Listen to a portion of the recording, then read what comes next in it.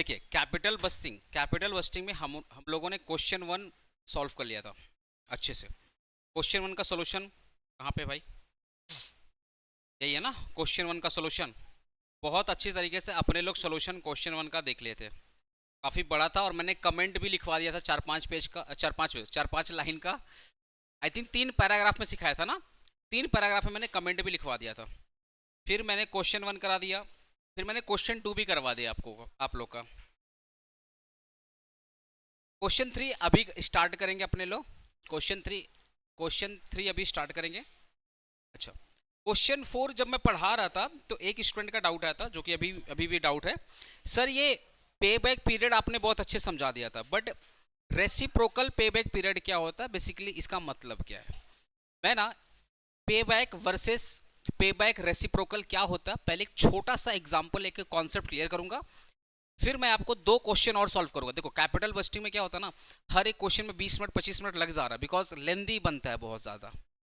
ठीक है, ये चैप्टर में देखो कॉन्सेप्ट में जो कॉन्सेप्ट तुमको देना चाहिए मैं दे दिया।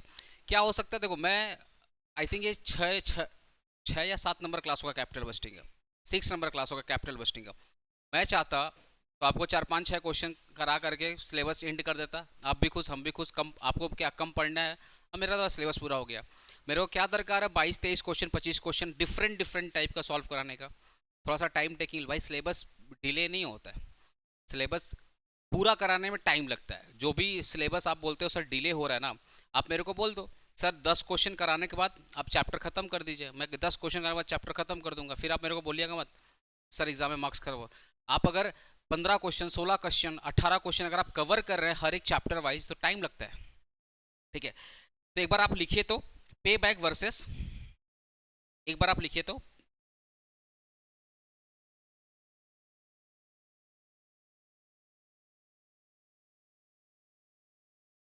पे बैक वर्सेस रेसिप्रोकल, पे बैक वर्सेस रेसिप्रोकल पे बैक। और ये क्वेश्चन ना एक ही बार पूछा है अभी तक, पूरे लास्ट 15 साल में एक ही बार ये वाला क्वेश्चन पूछा, पर माथा घुमा देगा। मैं एक एग्जांपल सेट कर रहा हूँ। सपोज आपका इन्वेस्टमेंट, ये एग्जांपल मैं सेट कर रहा हूँ समझाने के लिए। सपोज आपका जो इनिशियल इन्वेस्टमेंट है, आपका जो इनिशियल इन्वेस्टमेंट है फॉर एग्जांपल 1 लाख रुपया, और जो आपका एनुअल नेट कैश इनफ्लो है वो है 20,000 रुपया, जो कि आफ्टर टैक्स है। अब नेट में लिख दिया तो आफ्टर टैक्स होता, बट थोड़ा सा दोबारा भी लिख दिया, समझ जाओ। जो मेरा annual net net cash inflow है वो 20,000 रुपया। अगर मैं पे बैक पीरियड निकालूं, अगर मैं पे बैक पीरियड निकालूं तो फॉर्मूला क्या होता है, initial investment divided by annual cash flow, पढ़ाया था ना। तो इनिशियल इन्वेस्टमेंट कितना है 1 लाख रुपया, और हर साल मैं कितना कवर कर रहा हूं, हर साल मुझे पैसा कितना मिल रहा है, 20,000 का पैसा मिल रहा है। मैं 5 साल मुझे लगेंगे, 5 साल में मैं अपना पूरा का पूरा इन्वेस्टमेंट कवर कर लूंगा। तो पे बैक पीरियड कितना हो गया, 5 ईयर।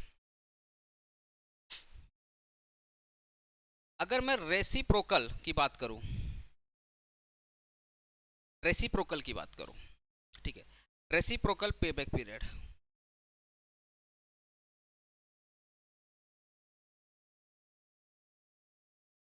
अगर मैं रेसिप्रोकल पे की बात करूं, तो एक चीज देख रहे हो, तुम्हारा जो नॉर्मल पे बैक पीरियड है ना वो ईयर्स में आता है। किस में आता है, ईयर्स में आता है ना। तो इसका फॉर्मूला क्या था, 1/, यही था ना, 1/, पे बैक पीरियड, 1/, सॉरी 1/, पे बैक पीरियड इंटू 100, यही ना। तो 1/, पे बैक पीरियड कितना था, 5, 5 इंटू क्या कर देंगे 100, कितना आ जाएगा 20%, 20% आ जाएगा ना, 20%। अब सर डिफरेंस क्या है, इतना तो आपने पहले ही पढ़ाया था, अभी भी आपने इतना पढ़ाया, कुछ अभी तक एक्स्ट्रा आपने सिखाया नहीं। अब जो एक्स्ट्रा बोलने जा रहा हूँ, उस वक्त क्या था क्लास एंड था इसलिए बोल नहीं पाया, अब जो एक्स्ट्रा बोलने जा ध्यान सुना।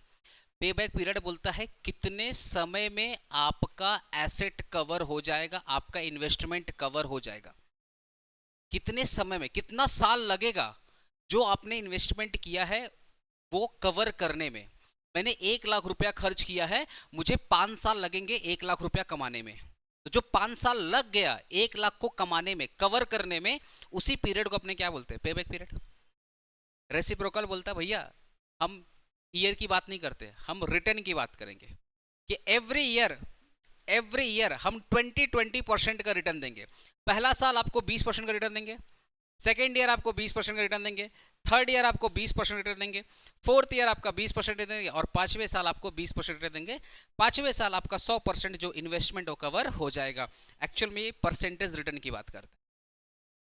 पे बैक पीरियड टाइम पीरियड की बात करता है, कितने समय में आप अपने किए गए इन्वेस्टमेंट को रिकवर कर लेंगे, कवर कर लेंगे। और पे बैक रेसिप्रोकल पे बैक पीरियड क्या बोलता है कि भैया कितना परसेंट में रिटर्न दूं, कितना परसेंट में रिटर्न दूं जिससे आपका 5 साल में कवर हो जाए। तो अगर मेरा 5 साल में कवर करना है तो एटलीस्ट मुझे 20% का चाहिए, तभी तो 20 × 5 कितना करोगे? 100%। तो एक्चुअल में ना ये परसेंटेज की बात करता है, ये हर एक साल 20% रिटर्न आएगा तो 5 साल में कवर हो जाएगा। चलो एक सिंपल से एग्जाम्पल टू जस्ट ओरली, आपने इन्वेस्टमेंट किया है 5 लाख रुपया। कितना इन्वेस्टमेंट किया है? 5 लाख।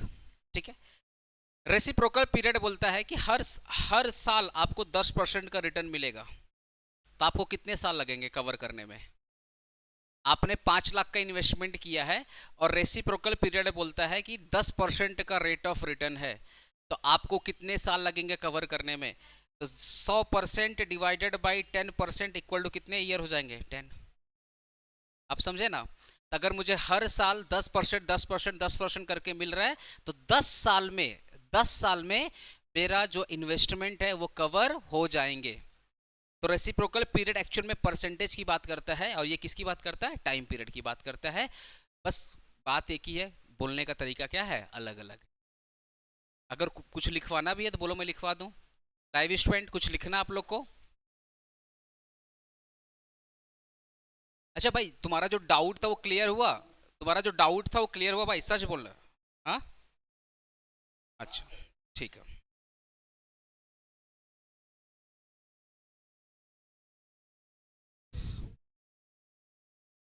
हाँ, क्या बोल रहा बाबू?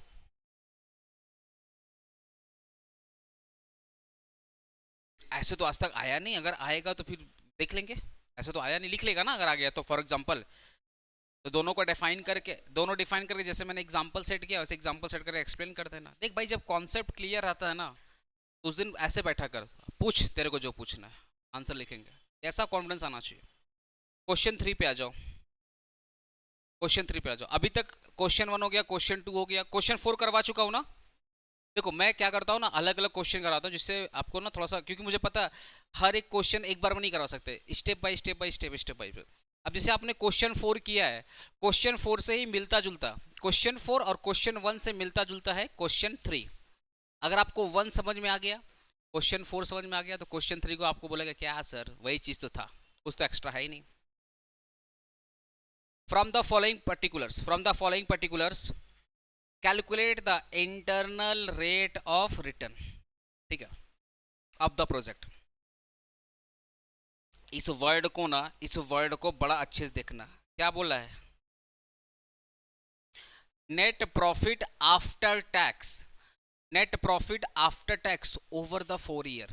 नेट प्रॉफिट आफ्टर टैक्स क्या होता है? एक मिनट, ऐसा कोई चीज है जो तुम लोग को समझाया नहीं मैंने? कहाँ गया? हाँ, ये जो ईएटी था, ईएटी को अपने क्या बोलते हैं? अर्निंग ऑफ टैक्स, या इसी को अपने क्या बोल सकते हैं? Net profit after. सेम चीज बोल सकते हैं ना? लेकिन अपने को ये ईएटी जो पढ़ाया था, याद करो पढ़ाया था, इसमें अपने डेप्रिसिएशन ऐड करते हैं तब मिलता अपना कैश इनफ्लो। आपके क्वेश्चन में क्या दिया हुआ है?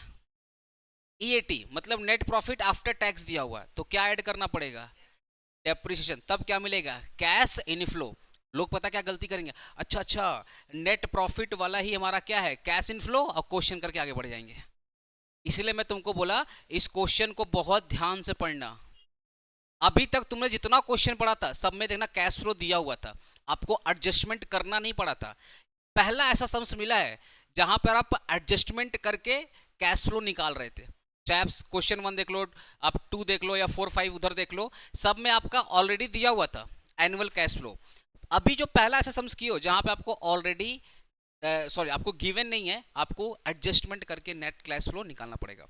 तो क्वेश्चन में आपको ये दिया हुआ, देखिए क्वेश्चन में आपको ये दिया हुआ, तो आपको क्या ऐड करना है, डेप्रिसिएशन। क्या मिलेगा, कैश इनफ्लो। और यही कैश इनफ्लो फिर हम जब कंपेयर करेंगे तो पता चलेगा एक्चुअल में एनपीवी क्या है, इंटरनल रेट ऑफ रिटर्न क्या है। ठीक है, तो सबसे पहले यही वर्किंग नोट बनेगा, भैया डेप्रिसिएशन है क्या, क्योंकि इस पूरे सम्स में कहीं पर भी डेप्रिसिएशन दिया है क्या। लाइव स्टूडेंट फोकस कीजिएगा, क्या इस पूरे सम्स में कहीं पर भी डेप्रिसिएशन दिया है क्या। ये एंड ऑफ ईयर, ये नेट प्रॉफिट दिया पहले साल का, दूसरा साल का, तीसरे साल का, चौथे साल का। फिर आपका इन्वेस्टमेंट अमाउंट दिया हुआ है, बोल रहा है नो रियलाइजेबल स्क्रैप वैल्यू, कोई भी स्क्रैप वैल्यू है ही नहीं। फिर आपको डिस्काउंटिंग रेट दे दिया हुआ, उसका पी फैक्टर दे दिया है। क्या क्वेश्चन यहीं पे कंप्लीट हो रहा है, क्या पूरे क्वेश्चन में कहीं पर भी आपका डेप्रिसिएशन दिया हुआ है, नहीं दिया हो, कोई बात नहीं, कोई बात नहीं।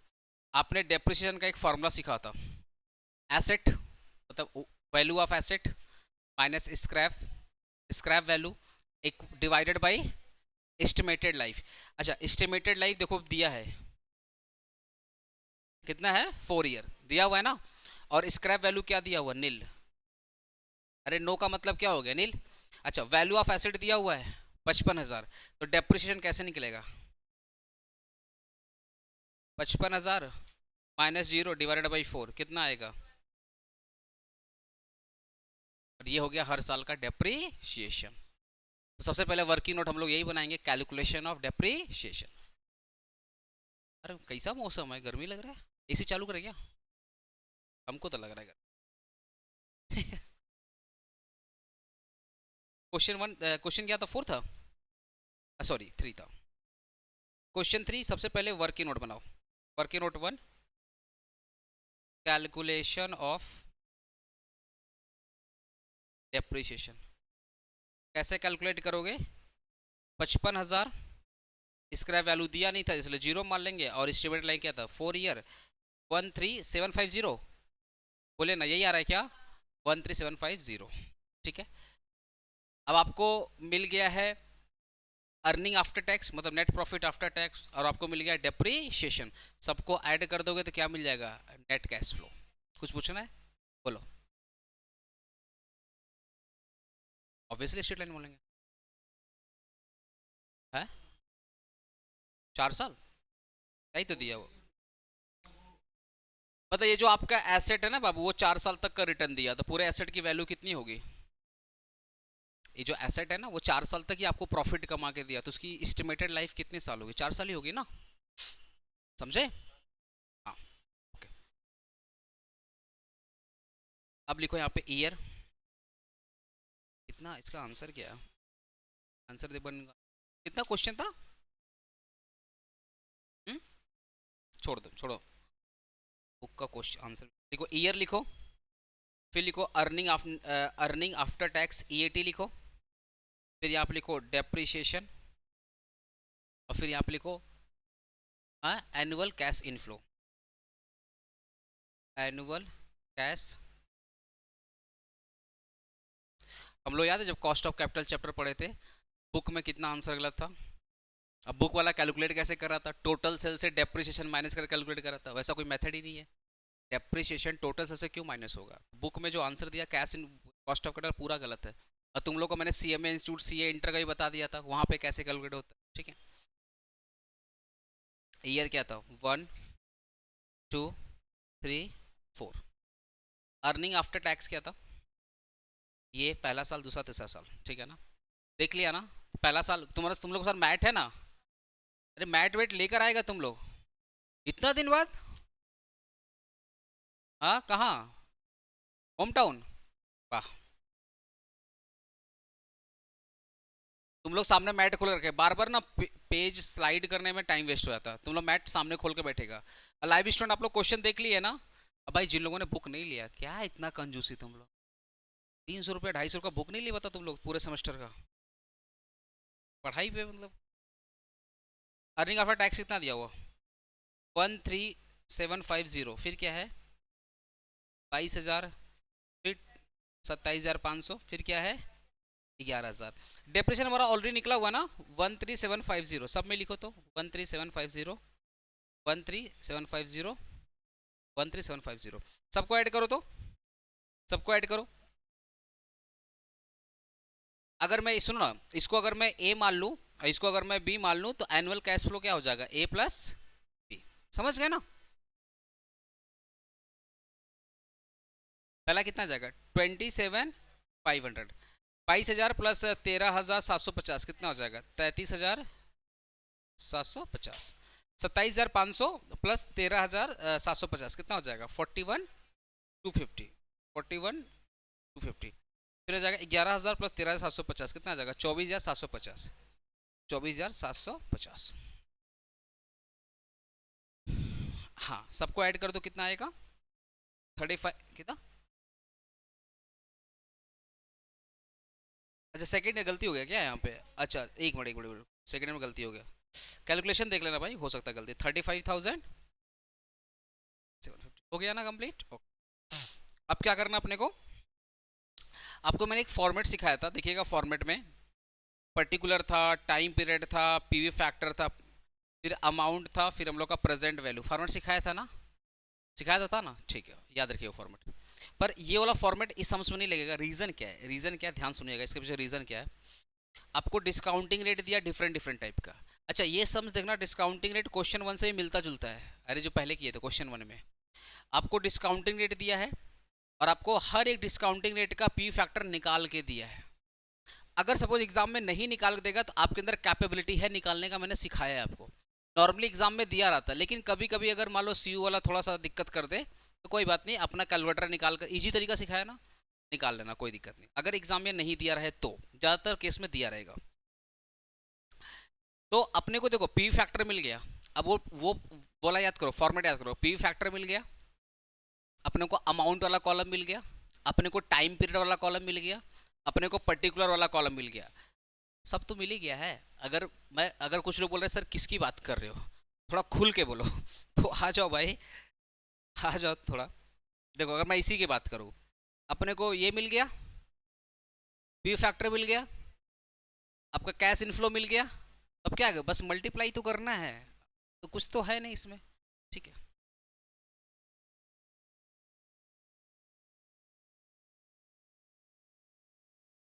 अब चलो टेबल बनाओ, थोड़ा सा ना बड़ा बनाओ तुम लोग, मतलब 10-12 कॉलम लगेंगे तो हिसाब से। अगर तुम लोग करा दो तो वर्टिकल भी कर सकते हैं, लैंडस्केप कर सकते हैं।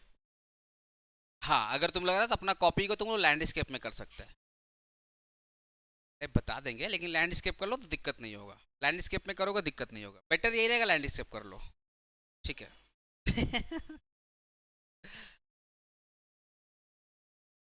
आपको कैलकुलेट क्या करना है? आपको कैलकुलेट क्या करना है, यहाँ पे देखो पहले ही बोल दिया था, आपको कैलकुलेट करना है internal rate of return.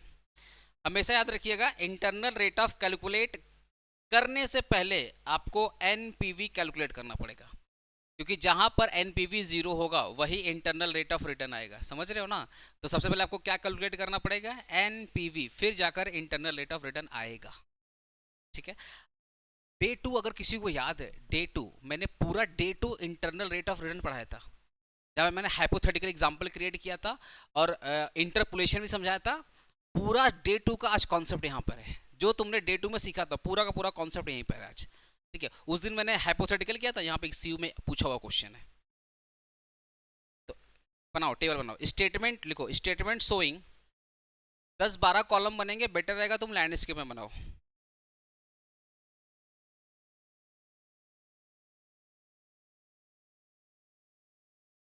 NPV, statement showing NPV.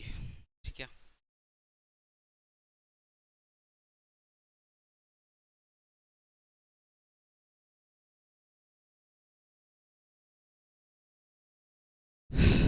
पहला हो गया आपका ईयर। पहला कॉलम क्या हो गया? ईयर। ठीक है, ये हो गया आपका कैश इनफ्लो। और कैश इनफ्लो को अपने क्या बोलते हैं? बी बोलते हैं। कैश आउटफ्लो को ए बोलते हैं और कैश इनफ्लो क्या बोलते हैं, बी बोलते हैं, ठीक है ना। अब यहाँ पे डालना, जैसे मैंने बड़ा सा मोटा सा बनाया ना ये वाला कॉलम, वैसे ही आपको बनाना, ठीक है। अब यहाँ पे लिखो आप PV factor, present value factor, कितने साल का दिया हुआ है, एक सॉरी कितने, 12 13 15, तो 4 साल का दिया हुआ ना, तो 4 साल को यहाँ पे करना पड़ेगा, ठीक है। लिखो ना PV factor at ₹1, PV factor at ₹1।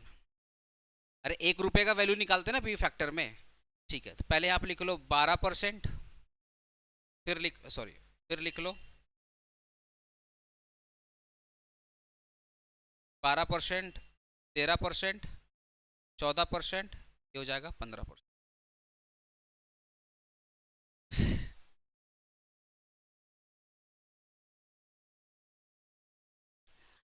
जब हम लोग कैश इनफ्लो और पीवी फैक्टर में मल्टीप्लाई करते हैं तो अपने क्या मिलता है, प्रेजेंट वैल्यू फैक्टर। अब एक कॉलम बनेगा प्रेजेंट वैल्यू, कौन सा कॉलम बनेगा, प्रेजेंट वैल्यू, देखो प्रेजेंट वैल्यू, प्रेजेंट वैल्यू। अब यहाँ पे लिखो 12%, 12%, 13%, 14%, 15%, बन गया, ठीक है। अब थोड़ा सा नेम नेम डाल दो यहाँ पे। 11% क्या बोलेंगे, 1 2 3, हाँ नहीं और बस यही है। हो गया क्या, वर्टिकल में हो गया, वाह क्या बात है, ठीक है। 1 2 3 4, ठीक है। अब अगर प्रेजेंट वैल्यू निकालना है, सुनो ना प्रेजेंट वैल्यू कैसे निकालना है, 12% का इनफ्लो, सुनो ना, cash inflow into first year B factor, sorry 12% B factor, तो फॉर्मूला कैसे बनेगा, बी इंटू 1। अरे अपने को प्रेजेंट वैल्यू निकालना है ना, तो कैश इनफ्लो, कैश इनफ्लो, तो इसको मैं बी लिख दे रहा हूँ यहाँ पे, मैं इसको बी लिख दे रहा हूँ। तो अगर मुझे प्रेजेंट वैल्यू निकालना है 12% का, तो बी इंटू 1 आएगा। 13 का निकालना रहेगा तो क्या करूंगा, बी इंटू 2। 14 निकालना पड़ेगा तो बी इंटू 3, समझ रहे हो ना। अब 15 निकालना है तो बी इंटू 4।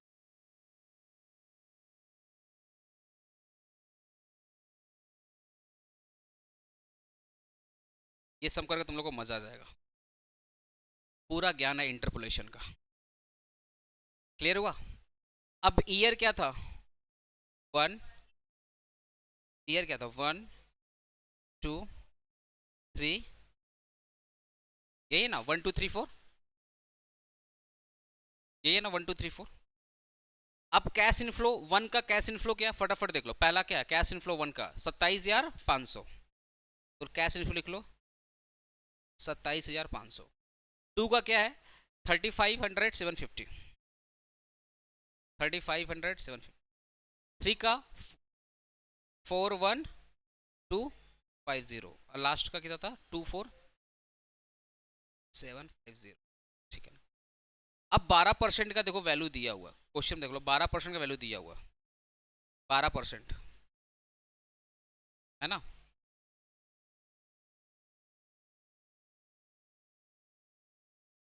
ये 13% का दिया हुआ,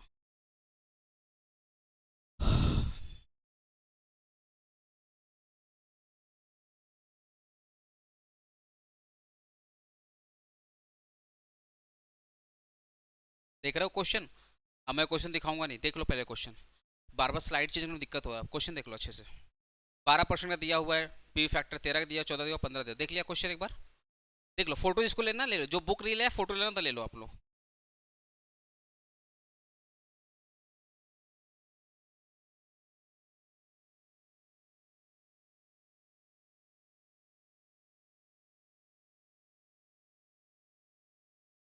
अब एक क्वेश्चन में चीज दिखा दो ना, जो पी फैक्टर ये फर्स्ट ईयर का दिया हुआ है, ये सेकंड ईयर दिया हुआ है, ये थर्ड ईयर दिया हुआ है, फोर्थ ईयर का दिया हुआ, समझ गया ना। तो फर्स्ट ईयर सामने फर्स्ट ईयर, सेकंड ईयर सामने सेकंड ईयर, थर्ड ईयर सामने थर्ड ईयर, फोर्थ ईयर सामने फोर्थ, ठीक है, लिख लिया। अब देखो मेरे सामने मैट खुला, मैं मैट को देखकर करूंगा, बार बार मैं स्लाइड नहीं चेंज करूंगा, ठीक है। अब फर्स्ट ईयर का देखता हूँ, आ जाओ फर्स्ट ईयर का। फर्स्ट ईयर 12% कितना दिया था, 0.0892, यही ना, सेकेंड ईयर का कितना दिया था 0.797, थर्ड ईयर का क्या था 0.712 और फोर्थ ईयर का 0.636। एक बार मैं दिखा दिया हूँ, first year, second year, third year, fourth year, देख लीजिए। First year, second year, third year, fourth year, copies match कर लीजिए। मैच हो रहा है कि नहीं मैच हो रहा है? ये फर्स्ट ईयर का था, ये सेकेंड ईयर का था, ये थर्ड ईयर, ये फोर्थ ईयर, हो गया ना कंप्लीट। ओके, अब फटाफट इन सबको भी नोट डाउन कीजिए फटाफट। 13% का पहला साल क्या दिया 13% का 0.885, फिर 0.783, फिर था 0.693, फिर था 0.613, हो गया ना।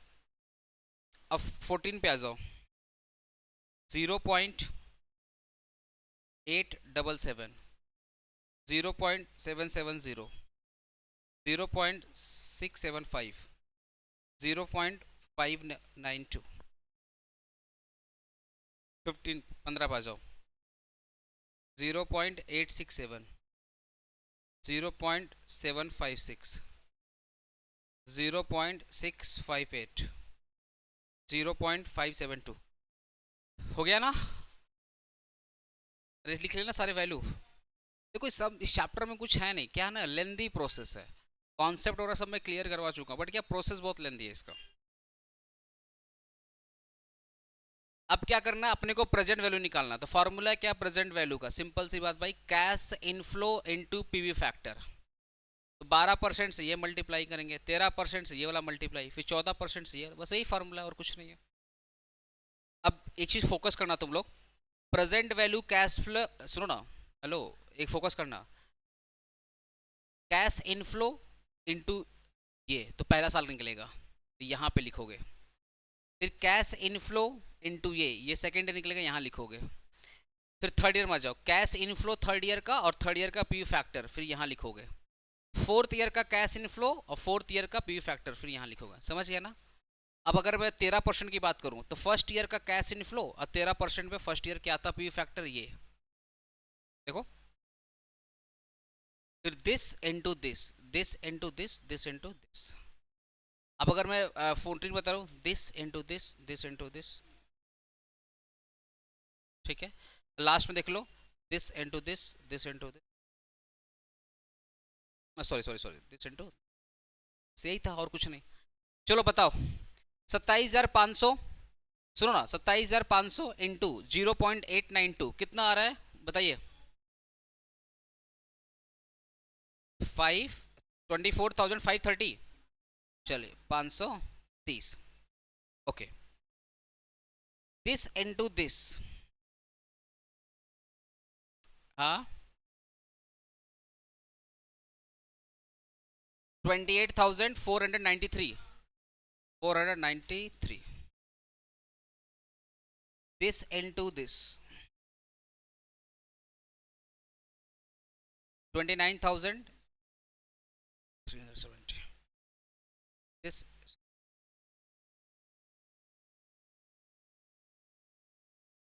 कितना आएगा बताइए तो। 15741। अब इसका टोटल भी लगे हाथ कर ही लो ना, टोटल करो लगे।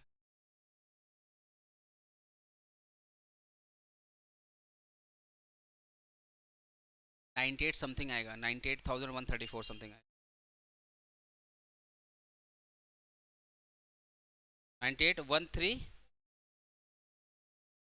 ठीक है ना। अब देखिएगा, this into this, this into second year का पी फैक्टर, सॉरी 13% का पी फैक्टर 24338, है ना। फिर लिखो दिस इनटू दिस, ये करो 27992, फिर दिस इनटू दिस 31763, 21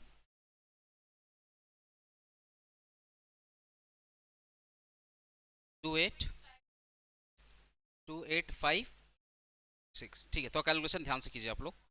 फिर ये इंटू ये 1517, आप समझ रहे हो क्या रहा है? 12% का p factor into present value, समझ गया ना? अब 12% का दिया था first year into first year, second year into second year. जैसे एग्जांपल, ये 12% का डेटा दिया हुआ है और ये first year second year third year cash flow दिया है। देखो, फर्स्ट ईयर का cash inflow into first year का पी फैक्टर, सेकेंड ईयर का cash inflow into second year का पी फैक्टर, थर्ड ईयर का cash inflow into third year का p factor, fourth year का cash inflow into fourth year का p factor. समझ रहे हो ना? जैसे हमने 12% किया, अब ऐसी 13 करना है, फिर ऐसी 14 करना और ऐसी 15 करना। अगर मैं अभी 14 की बात करूं, एक बार मैं ओरली समझा दे रहा हूं। फर्स्ट ईयर का कैश इनफ्लो इंटू 14% का पी फैक्टर, सेकेंड ईयर का cash inflow into second year का p factor at 14%, third year का कैश इनफ्लो, और थर्ड ईयर में 14% पे क्या था पी फैक्टर, ये था। फिर फोर्थ ईयर का कैश इनफ्लो और 14% फोर्थ ईयर में क्या था, ये था। बस मल्टीप्लाई करके हम लोग जब पी फैक्टर निकालते हैं तो वो फ्यूचर कैश इनफ्लो को कैलकुलेट करते हैं कि प्रेजेंट में उसकी वैल्यू क्या है। सब तो ऑलरेडी पढ़ा चुका हूं, दोबारा सेम चीज क्या क्या बार बार बताऊं?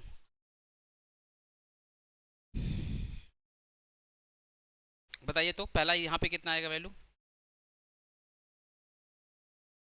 देखिए, दिस इनटू दिस, बताइए तो कितना आ रहा है? 2411 8 कर दो ना, 118 कर दे क्या? ठीक है, 118 कर दे रहे, 24118। बाप रे, स्पेस कम पड़ जाएगा। 0.5 8 कर देना, कोई दिक्कत नहीं। रिटर्न बाबा 50 पैसा ऐड कर दो, कोई दिक्कत नहीं। फिर दिस इनटू दिस, 27528, ठीक है।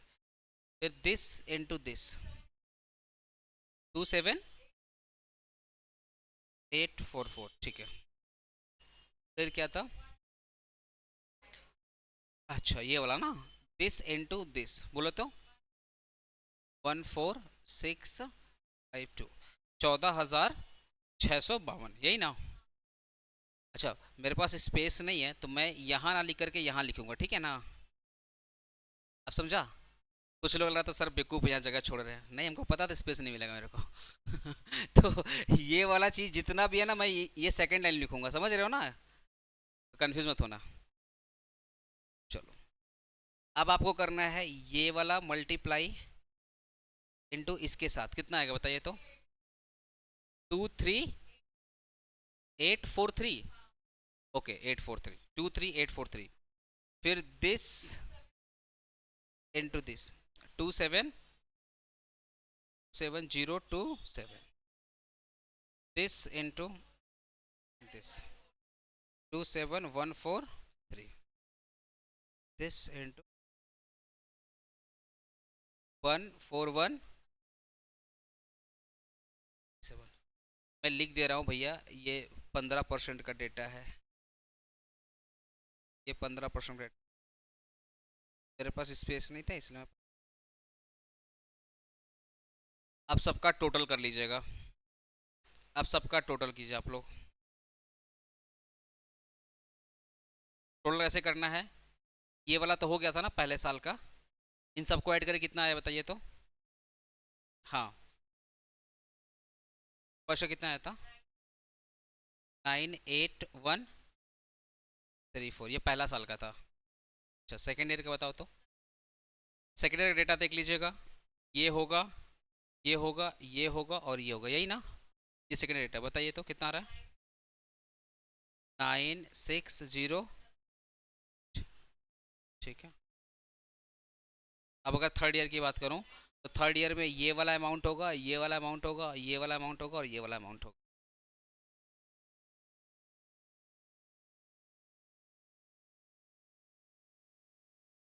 72 तो किसमें?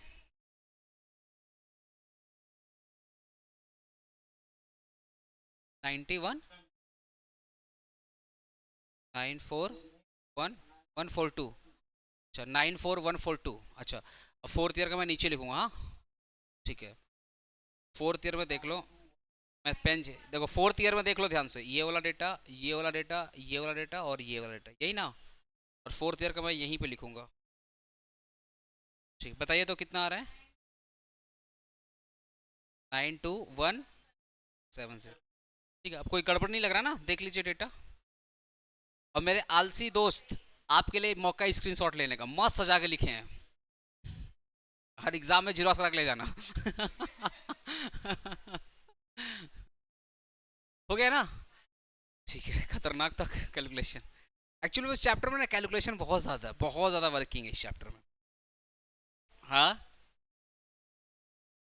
ठीक है। अब निकालना एनपीवी। एनपीवी लिखो, कैलकुलेशन ऑफ एनपीवी लिखो यहाँ पे, कैलकुलेशन ऑफ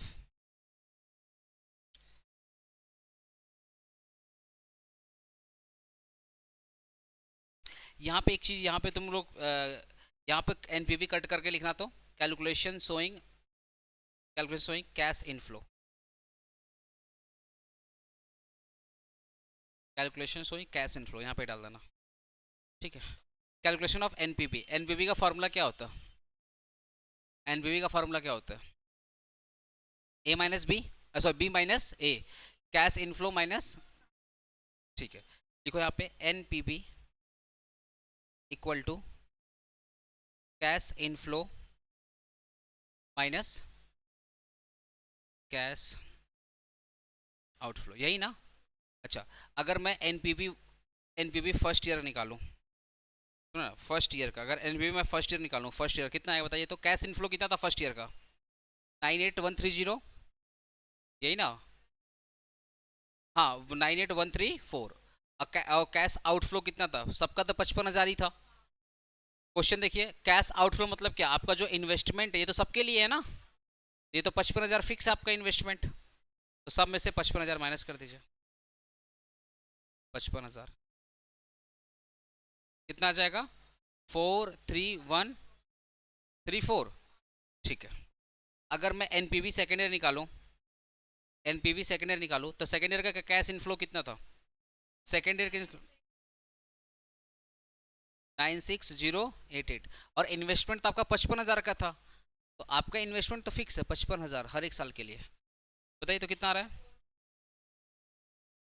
ठीक है, अगर मैं एनपीवी निकालूं थर्ड ईयर का, एनपीवी थर्ड ईयर का, तो कैश इनफ्लो कितना है? 94142, यही ना? माइनस कर दीजिए 55,000, कितना आएगा?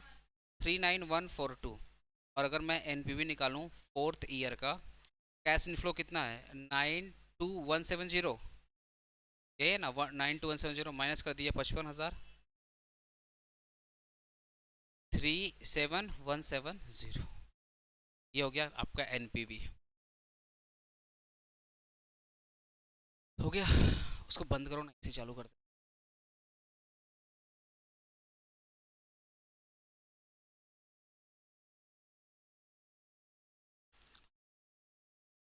हो गया, अब निकालना है इंटरपोलेशन।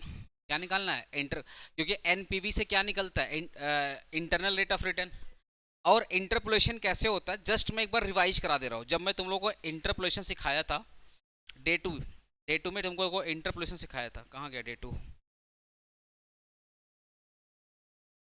हाँ, देखिए, ये जो टेबल है ऑलरेडी हम लोग बना चुके हैं, एनपीवी निकाल चुके हैं ना, तो अब अपने को क्या यूज करना पड़ेगा? इंटरपोलेशन। ध्यान से सुनिएगा, ये 10% का डेटा है, ये 11% डेटा है। हम लोग में 10% का एनवीवी कितना था? 10% का एनवीवी कितना था? 2315। तो देखो भैया, 10% पर एनवीवी कितना है? 2315। 11% पे एनवीवी कितना था? माइनस में था। 11% पे एनवीवी कितना था? माइनस में था। तो इंटरपोलेशन कैसे निकाले थे? इंटरपोलेशन मतलब क्या है? जो भी इंटरनल रेट ऑफ रिटर्न आएगा वो इन दोनों के बीच में आएगा। अगर आप 10% और 11% को बेस मान के चल रहे हैं, टेकिंग एज अ बेस, तो जो भी इंटरनल रेट ऑफ रिटर्न आएगा वो 10 और 11 के बीच में आएगा। तो जो बीच वाला था उसको हम लोग क्या मान लिया? एक्स। तो एक्स परसेंटेज, और उसकी वैल्यू क्या होगी? 0। तो अब करना क्या है? एक्स माइनस 10%, तो 0 माइनस 2315। मैंने क्या बोला? एक्स माइनस 10%, तो 0 माइनस 2315। देख लीजिए, x minus 10% equal to 0 minus 2315। फिर दोनों साइड क्या कर देना है? डिवाइड। फिर करना है 11% माइनस 10%। देख लीजिए, 11% माइनस 10%। तो अगर 11% माइनस 10% किए हो तो दिस माइनस दिस, यही ना होगा। देख लो, दिस माइनस दिस, और दोनों तरफ सॉल्व करके क्या कर देना है, वैल्यू निकाल लेना है, यही ना। सेम चीज करना है, लिखो।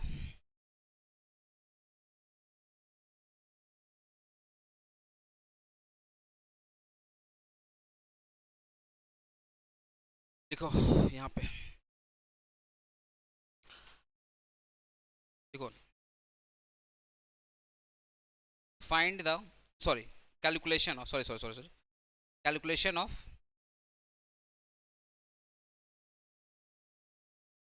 Calculation of, calculation of internal rate of return by using interpolation as taking as taking कितना परसेंट था पहले, 12% ना, as taking 12% and 15% days। अब इंटरपोलेशन कैसे निकालना है, मेरे को भड़कना मत कि आप ऐसे क्यों करा रहे हैं। पहले 12% और 15% में निकालेंगे, फिर 13% और 15% निकालेंगे, और फिर 14%, फिर 15% निकालेंगे। ठीक है, ठीक है, ठीक है, ठीक है, हो गया। ठीक है, तो इंटरपोलेशन कैसे निकालते थे, एक बार मैं करके दिखा रहा हूँ, सुनो कैसे निकालते थे। 12% और उसका एनपीवी का वैल्यू, तो 12% पे एनपीवी का वैल्यू कितना है बताइए तो, 12% पे एनपीवी का वैल्यू कितना है, 98134।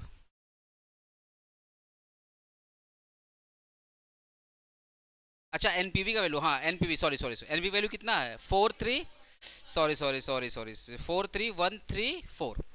ठीक है, और 15% पे एनपीवी का वैल्यू कितना लेंगे, 337,170।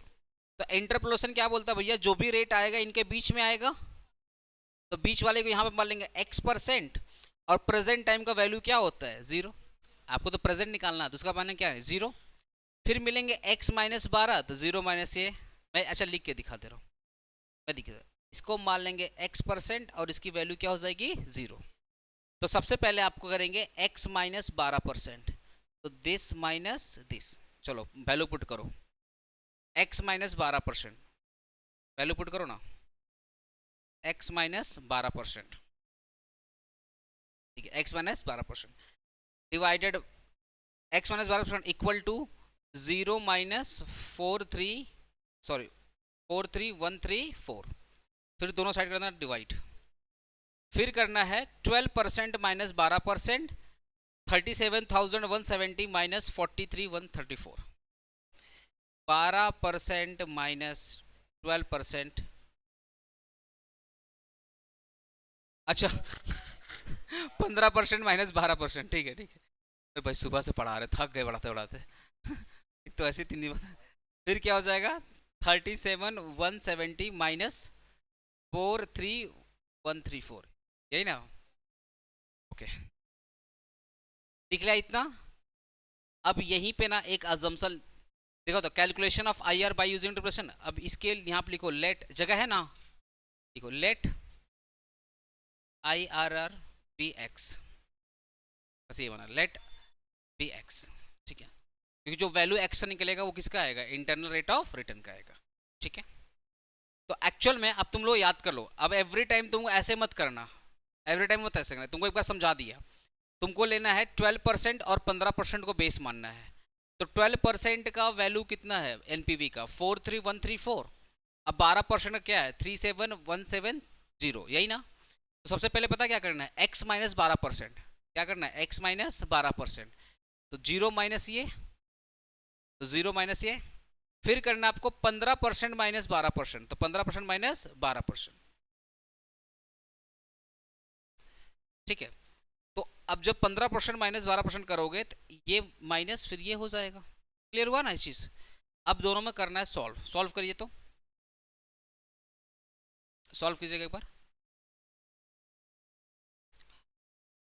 x माइनस 12%, अच्छा परसेंट परसेंट कम, परसेंट परसेंट हटा दो, अरे परसेंट परसेंट तो हट जाएगा ना, परसेंट परसेंट तो हट जाएगा, तो हो जाएगा x minus 12 divided by 3 equal to minus 43134 divided by 37 170 minus 43 134 कितना आ रहा है 5964 है ना। फिर ये माइनस माइनस क्या हो जाएगा कैंसिल, ठीक है। तो x minus 12 divided by 3 equal to, इन दोनों को डिवाइड करो तो, इन दोनों को डिवाइड करो कितना आ रहा है 7.232, ठीक है। ओके इसके नीचे 1 होगा तो क्रॉस मल्टीप्लाई करिएगा, तो x minus 12 equal to 3 into 7.23, दोनों में क्रॉस मल्टीप्लाई कीजिए ना, तो ये 3 से मल्टीप्लाई कितना आ रहा है 21,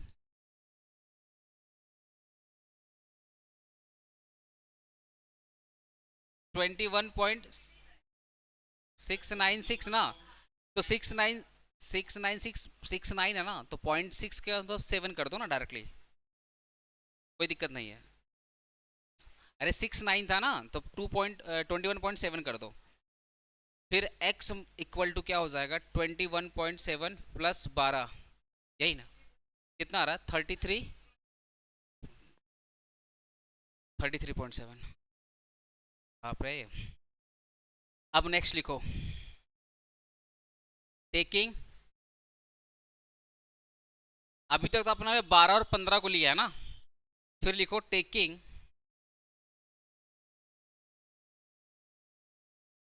13% एंड 15% एज ए बेस।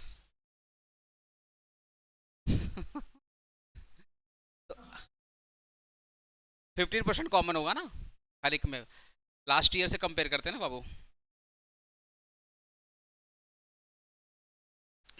अब कैसे होगा यहाँ पे, जैसे x माइनस 12 था तो क्या करेंगे x माइनस 13 करेंगे, है ना, और फिर करेंगे 15 माइनस 13, समझ रहे हैं ना, x minus 13 divided by 15 minus 13 equal to x minus 13, तो 0 माइनस 13 का एनपीवी, तो 13 का एनपीवी कितना आया था 414088, ठीक है, डिवाइडेड बाई, फिर लिखो 15 का एनपीवी माइनस 13 का एनपीवी, 15 का एनपीवी लिखो 37, ना 37170 माइनस 13 का एनपीवी लिखो 41088, बता रहे 37 41048 41088, ठीक है। कैसे हो रहा है मैं बता रहा हूँ, सुनिए, आप डे टू नहीं देखे इसका मतलब, देखिए अपने ना इंटरपोलेशन लगा रहे हैं, इंटरपोलेशन बेसिकली क्या होता है, इंटरपोलेशन क्या करता है 12, मान लो यहाँ पे मैंने बेस माना 12% और 15%, जो इंटरनल रेट ऑफ रिटर्न आएगा उसका वैल्यू यही इसके बीच में ही आएगा, समझ गए। तो इस केस में इंटरपोलेशन लगा, जब दो परसेंटेज के बीच का परसेंट निकालना पड़ता है ना, तो उस केस में इंटरपोलेशन लगाते हैं। तो कैसे निकलेगा 12% का एनपीवी ये था, 15% का एनपीवी ये था, यहां तक क्लियर है। जो भी इंटरनल रेट आएगा वो इन दोनों के बीच में ही तो आएगा, तो 12% और 15% के बीच में इंटरनल रेट ऑफ रिटर्न आएगा, तो हम लोग उसको मान लिए x, ठीक है। तो जब इन दोनों के बीच में ये x है तो इसकी वैल्यू मान लेंगे प्रेजेंट टाइम में 0, टाइम पीरियड जब आप ये सम्स करते हैं कैश इनफ्लो या एनपीवी का सम्स करते हैं, तो जो भी प्रेजेंट टाइम होता है उसको हम लोग 0 मान लेते हैं। तो इन दोनों के बीच का जो रेट है वो x परसेंटेज है और उसकी वैल्यू क्या है 0। अब इंटरपोलेशन वर्क कैसे करता है, पहले बोलता है भैया x माइनस 12%, तो 0 माइनस ये, फिर बोलता है डिवाइड कर दीजिए दोनों साइड, हमने दोनों साइड डिवाइड कर दिया, फिर बोलता है 15% माइनस 12%, तो दिस माइनस दिस। अभी समझे, अभी ठीक है, हाँ डिफरेंस आ रहा है। अभी इस बार मैंने क्या डायरेक्टली कर दिया, अच्छा डायरेक्टली करने में कोई तकलीफ है क्या किसी को, हेलो लाइव स्टूडेंट, डायरेक्टली करने में कोई तकलीफ है क्या तुमको, या फिर से कर दूं, कोई दिक्कत है क्या ये वाला, ठीक है, ठीक है, समझ गया। एक काम कीजिए, इसको सॉल्यूशन कीजिए तो, और x का वैल्यू निकाल के दिखाइए मेरे को। हाँ, 33.96। ठीक है, ठीक है, 97% कर लो। अरे वैल्यू तो परसेंट में आएगा ना, तो परसेंट लगा लीजिएगा। Internal rate of rate, rate percent में आता है ना, हमेशा परसेंट लगा लीजिएगा। अब नेक्स्ट लिखो, taking 14% and 15% as a base. ठीक है, कैसे करोगे? x minus 14% divided by 14 minus 15 equal to,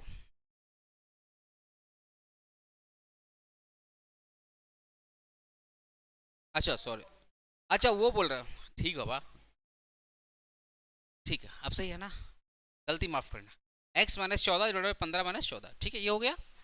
अब x का वैल्यू क्या था? 0, तो 0 माइनस 14 का एनपीवी, एनपीवी 14 कितना था? 14 एनपीवी यहाँ पे देख लो, 39142। हाँ, 39142, 39142 डिवाइडेड बाई 15 का एनपीवी कितना था? 41, नहीं नहीं नहीं नहीं, 37170 माइनस 14 का एनपीवी कितना था? 39142। अब x का वैल्यू बता दो कितना आ रहा है?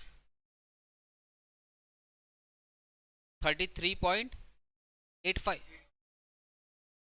84%। ठीक है ना, तो अपने को 3 निकला है।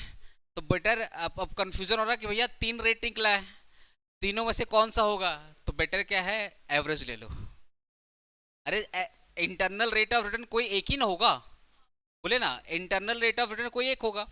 आपने जब आपने जब 12% और 15% को बेस माना, 12% और 15% को जब बेस माना तो ये रेट आया। जब आपने 13% और 15% को बेस माना तो आपका ये वाला रेट आया। और फिर जब आपने 14% और 15% को बेस माना तो आपका ये वाला रेट आया।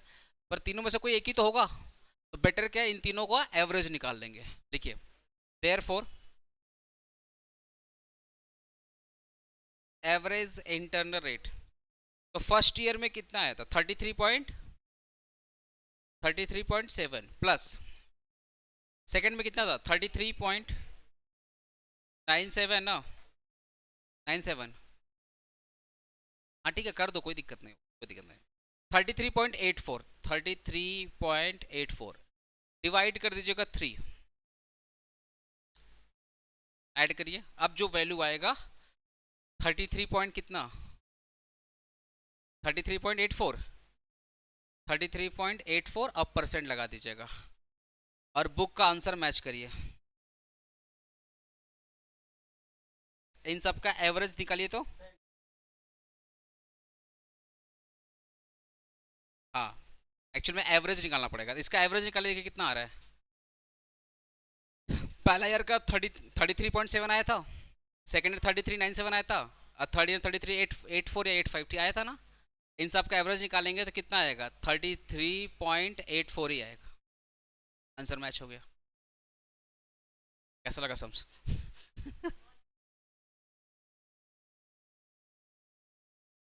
हाँ, तो इस चैप्टर में यही दिक्कत है ना, यही तो दिक्कत है, लेंदी सम्स है। लेंदी एक्चुअली कुछ है नहीं, बस कैलकुलेशन बेस्ड है। अभी क्लियर हुआ ना चीज? इस चैप्टर, इस क्वेश्चन को ना देखो, मैं एक बार रिपीट करूंगा, इस पूरे क्वेश्चन को रिपीट करूंगा। इसमें सबसे पहले क्या बोला था, इस पूरे चैप्टर में दिया था नेट प्रॉफिट आफ्टर टैक्स। जैसे ही नेट प्रॉफिट आफ्टर टैक्स आ जाए और अगर एनपीवी का सम्स हो या इंटरनल रेट ऑफ रिटर्न का सम्स हो, तुरंत पकड़ लेना कि डेप्रिसिएशन दिया हुआ है, डेप्रिसिएशन नहीं दिया हुआ। पूरे सम्स में डेप्रिसिएशन मिसिंग था। सबसे पहले आपने क्या निकाला? डेप्रिसिएशन। कैसे निकलेगा? Original asset minus scrap value divided by estimated life. ठीक है, तो निकल गया डेप्रिसिएशन का वैल्यू। ये आपका नेट प्रॉफिट आफ्टर टैक्स था, तो डेप्रिसिएशन अगर ऐड करेंगे तो आपका जाएगा एनुअल कैश इनफ्लो आ जाएगा। तो सबसे पहले हम लोग यही किए, कैलकुलेशन ऑफ डेप्रिसिएशन, उसके बाद निकाले एनुअल कैश इनफ्लो। निकल गया यहाँ पे हर एक साल का, first year, second year, third year, fourth year निकल गया। ठीक है, अब सेकंड क्वेश्चन था, सर डिस्काउंटिंग रेट जो हमारा दिया हुआ है वो 12%, 13%, 14%, 15%, और हर एक साल का पीवी फैक्टर अलग अलग दिया हुआ था। ठीक है, तो सिंपली क्या करना था, discounting rate first year second year, sorry discounting rate first year second year third year fourth year को मल्टीप्लाई करेंगे। First year cash inflow, second year cash inflow, third year cash inflow और fourth year cash inflow. फिर ऐसे ही 13% में क्या था, P factor first year second year third year fourth year, इसको multiply करेंगे cash inflow of first year second year third year fourth year. तो simply calculation हम लोग करके हर एक वैल्यू चीज निकाले। यहाँ पे ये था पी फैक्टर हर एक परसेंट का, और प्रेजेंट वैल्यू निकलेगा हर एक परसेंट का। ठीक है, ये first year second year third year fourth year multiply करके अपने वैल्यू निकाल लिए। ये फर्स्ट ईयर कैश इनफ्लो आया, ये सेकंड ईयर थर्ड ईयर ये फोर्थ। ठीक है ना, मतलब सॉरी ये 12% का है, ये 13% का है, ये 14% का है और ये 15% का है। अब अपने को निकालना है एनपीवी का वैल्यू। एनपीवी कैसे निकलता है, cash inflow minus cash outflow. ठीक है, तो NPV of first year second year third year fourth year निकल गया ये चीज। ओके, अब निकालना है calculation of IR, internal rate of return. कुछ लोग बोलेंगे सर एनपीवी तो निकालना ही नहीं था। अरे जब तक आप एनपीवी नहीं निकालोगे तब तक आप इंटरनल रेट ऑफ रिटर्न कैसे निकाल पाओगे। ठीक है, अब एनपीवी निकालने के लिए भी दिक्कत क्या आ गया कि 4 गो रेट है, first year second year third year fourth year ऐसे करके। तो अब आप क्या करना है, 2-2 साल को बेस बनाना है। तो फर्स्ट ईयर और लास्ट ईयर हमेशा बेस बनता है। तो 12% हमारा फर्स्ट था और 15% हमारा क्या था, लास्ट था। दोनों को बनाएंगे बेस। तो calculation of internal rate by using the interpolation as a taking 12%, 15% as a base. तो 12% पे एनपीवी ये था, 15% पे एनपीवी ये था। तो इंटरपोलेशन क्या होता है, पहले x माइनस 12%, तो 0 माइनस ये। इंटरपोलेशन का मतलब क्या होता है, वो बीच का रेट निकालता है। अगर 12% पे ये वैल्यू आया है, 15% पे ये वैल्यू आया, तो ऑब्वियसली इन दोनों के बीच का कोई वैल्यू होगा। तो जब बीच का वैल्यू निकालोगे तो अपने क्या यूज करेंगे, इंटरपोलेशन। ठीक, तो मान लेते हैं भैया ये x% है और इसकी वैल्यू क्या है, 0। ओके, तो x माइनस 12%, तो 0 माइनस 43,134, x माइनस 12%, 0 ये हो गया। अब दोनों साइड आपको डिवाइड करना, आपने डिवाइड कर लिया दोनों साइड। फिर लिखना है 15% माइनस 12%, 15% माइनस 12%। तो जब 15 माइनस 12 हो रहा है तो दिस माइनस दिस होगा। हेलो, जब 15 माइनस 12 हो रहा है तो दिस माइनस दिस होगा, दिस माइनस दिस हो गया। अब क्रॉस मल्टीप्लाई करके आपने x का वैल्यू निकाला जो कि आया। अब एक था पहला, अब 13% और 15% को बेस मानेंगे। तो x माइनस 13, तो 0 माइनस दिस, x का वैल्यू 0, 13 का वैल्यू ये। हेलो, x माइनस 13 मतलब क्या हो गया, तुमको अगर याद करना रहे ना, तो अगर बेस्ट तरीका बताओ इंटरपोलेशन का, इंटरपोलेशन का बेस्ट तरीका क्या होता है, अगर मेरे को 12% और 15% का निकालना है ना, तो इंटरनल रेट ऑफ रिटर्न को क्या मानोगे, x। तो सबसे पहले x से स्टार्ट करोगे, क्या लिखोगे, x माइनस 12। तो यहां पे भी हो जाएगा x का वैल्यू 0 और माइनस 12 का एनपीवी, ये हो गया 12 का एनपीवी। फिर दोनों साइड डिवाइड कर देना, समझ गए ना। अगर x माइनस 12 था तो अब क्या करेंगे, अब जैसे अभी स्टार्टिंग किए थे x से, अब स्टार्टिंग करेंगे एंड से फर्स्ट। तो एंड में कितना परसेंट था, 15, माइनस कर देंगे 12। अब यहाँ पे 15 वाला एनपीवी माइनस 12 वाला एनपीवी, समझ गए ना। डायरेक्टली तुम इंटरपोलेशन लगा सकते हो, कोई दिक्कत वाली बात नहीं है। तुमको जैसे लगा तुम डायरेक्टली लगा लो। कैसे निकाला देखो ना, 12 और 15, तो सबसे पहले x माइनस 12, तो x का वैल्यू और 12 का वैल्यू। फिर तब 12 माइनस 15, तो ये 15 का वैल्यू हुआ और ये क्या है, 12 का वैल्यू। बस क्रॉस मल्टीप्लाई करके निकल गया। अब तो कोई दिक्कत नहीं है ना इंटरपोलेशन में, ठीक है।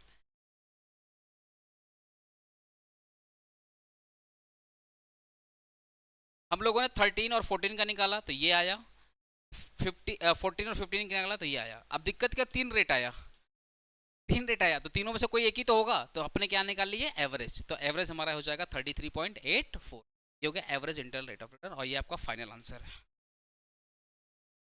पूरे घंटा लग गए एक सम्स में।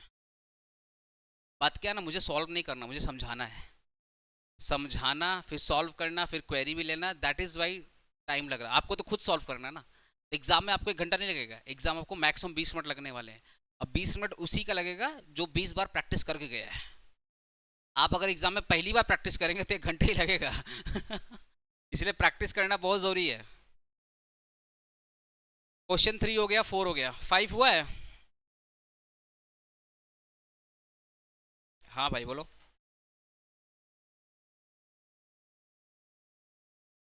पहले पहले तो सम्स करना पड़ेगा भाई। बढ़िया वाला सम्स करो, दो चार, दो तीन सम सही करके एग्जामिनर को इम्प्रेस कर दो, फिर थ्योरी अटेंड करना।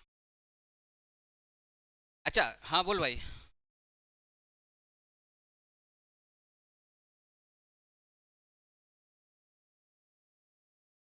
चार्ट दिखाना है क्या फिर से? ठीक है मैं चार्ट दिखा दे रहा हूँ तुमको, एक मिनट। पहले क्यों नहीं बोला? उसी समय दिखा दिया होता। कहाँ गया रे बाबा, ये वाला चार्ट था, ये वाला चार्ट था। ठीक है। हम्म।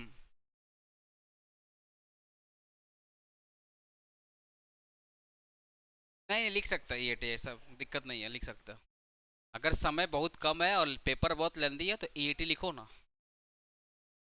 और जो ऑब्वियसली जो पेपर साइन कर रहा है उसको पता है ईएटी का मतलब क्या है। ठीक है। अब वो इतना भी अंधा हो गया तो उसको फिर एग्जामिनर नहीं बनना चाहिए, समझना चाहिए इतना कम टाइम है, इतने कम टाइम में स्टूडेंट पेपर अटेंड कर ले। हाँ कोई दिक्कत नहीं है। कौन बोला वर्क नोट पहले नहीं लिख सकते, कौन बोला? नहीं कोई रूल थोड़ी है। नहीं कोई रूल नहीं है कि वर्क नोट बाद में करना है, ऐसा कोई रूल नहीं है। आप पहले लिख करके बाद में सोल्यूशन करिए, या सोल्यूशन करके वर्क नोट, कोई दिक्कत नहीं। नहीं तो पहला वाला पेज छोड़ करके ला, अगर डाउट है तो पहला पेज छोड़ दो, दूसरा पेज छोड़ दो, फिर जैसा जैसा सम्स का लेंथ है। अच्छा 5 नंबर एक बार तुम लोग देखो। 5 नंबर अभी तक खत्म नहीं हुआ, तुम लोग खुश मत होना।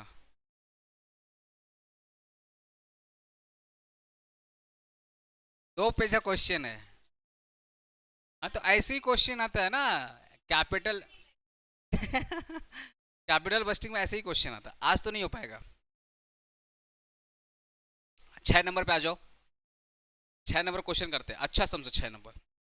अच्छा 6 नंबर में एक चीज देखियो, जो सीखो सब बोला करने के लिए।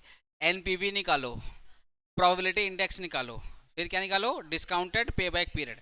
कोई दिक्कत नहीं है, डिस्काउंटेड पे बैक पीरियड में अपने को तो एनपीवी वाला चार्ट काम आता है, तो कोई दिक्कत नहीं, एक ही चार्ट से सारा काम हो जाएगा। एनपीवी का फार्मूला सिखाए थे ना, बी माइनस ए। प्रोबेबिलिटी क्या था, बी डिवाइडेड बाई ए। और डिस्काउंटेड पे पीरियड बेसिकली क्या था, टाइम वैल्यू ऑफ मनी को कंसीडर करके अपने क्यूमुलेटिव कैश इनफ्लो को देख करके वैल्यू निकालते, तो ये भी काफी इजी है। तो दिक्कत नहीं है, 6 नंबर बस देखने में बड़ा लग रहा है इजी, कोई दिक्कत नहीं वाली। ठीक है एक बार क्वेश्चन पढ़ते हैं। A company want to replace its existing machine by machine है। कंपनी अपना जो पुराना मशीन है उसको रिप्लेस करना चाहता है। Which of similar kind kind of kind और by machine B which is more expensive और हायर कैपेसिटी। ठीक है। Due to increase demand the available cash flow from the two machine are age. ये machine A का है और machine B का। देखो कंपनी ना मशीन ए को रिप्लेस करेगा मशीन बी के साथ, तो बी वाला जो मशीन है वो नया है और ए वाला जो मशीन है वो पुराना है। कंपनी बोल रही है भैया ए को निकालेंगे और बी को लेकर आएंगे। अब आपको चूज करना है कि बी को आना चाहिए या नहीं आना चाहिए। मशीन ए से कितना परसेंट कमाई होगा, मशीन बी से कितना परसेंट कमाई होगा, सब कुछ डेटा निकल जाएगा। उसके बाद आपको डिसाइड करना है कि भैया नया मशीन लाना चाहिए या नया मशीन नहीं लाना चाहिए। तो मशीन ए का देखिए आपका दिया हुआ है, अच्छा सब कुछ लाख में है, तो कैश फ्लो मतलब मशीन ए का जो वैल्यू है, जो इन्वेस्टमेंट वैल्यू है वो 25 लाख है। मशीन ए का इन्वेस्टमेंट वैल्यू कितना है, 25 लाख। ये फर्स्ट ईयर में मशीन ए से कोई रिटर्न नहीं आया। सेकेंड ईयर में मशीन ए से रिटर्न आया 5 लाख का। थर्ड ईयर में मशीन ए से रिटर्न आया 20 लाख का। फोर्थ ईयर में मशीन ए से रिटर्न आया 14 लाख का। और फिफ्थ ईयर मशीन ए से रिटर्न आया 14 लाख का।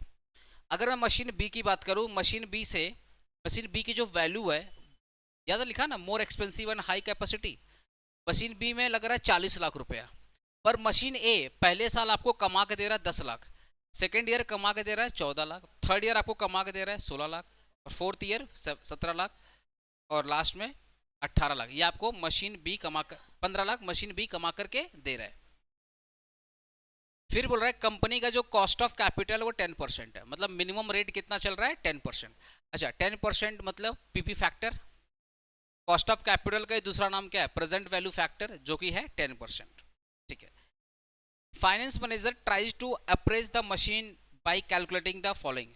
बोला इनको भैया जो मैनेजर है उनको एडवाइस देना पड़ेगा कि मशीन ए ले या मशीन बी ले।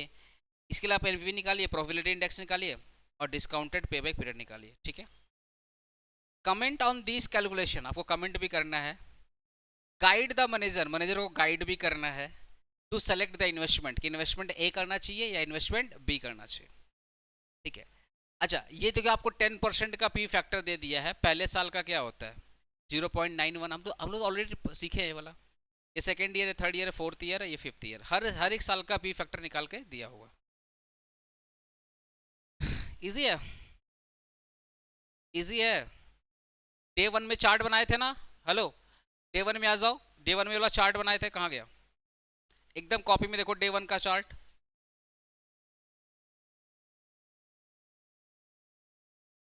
कहाँ गया रे बाबा? ये चार्ट देखे थे डे वन में? क्या था? Particular time period, PV factor, amount, present value पढ़ाए थे ना। सेम चार्ट बनेगा, सेम चार्ट बनेगा जो डे वन में पढ़ाया था। लिखो तो पर्टिकुलर,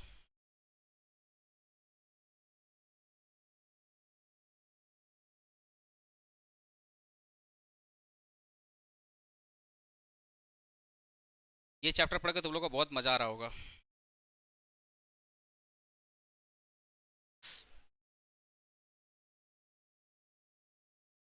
क्वेश्चन 6 था ना? क्वेश्चन 6 था, ठीक है। Calculation of NP,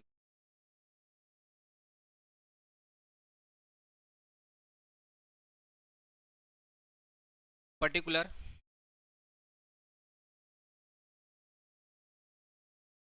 time period, फिर क्या था? पीवी फैक्टर, उसके बाद था आपका अमाउंट। अच्छा, अमाउंट को अपने क्या बोलते हैं? Cash inflow. अमाउंट को अपने क्या बोलते हैं? Cash inflow. और इसके बाद रहेगा आपका present value factor, sorry present value.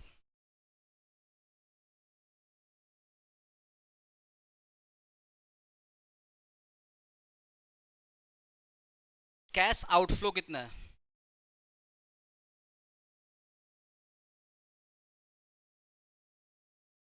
यहाँ पर देना कैलकुलेशन ऑफ एनबीबी मशीन ए, आप मशीन ए का निकाल रहे हो। Cash outflow machine A, machine A का कैश आउटफ्लो कितना है? मशीन ए का कैश आउटफ्लो कितना है? 25 लाख।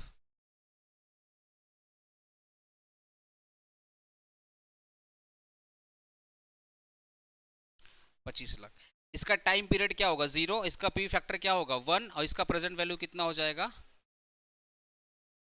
25 लाख।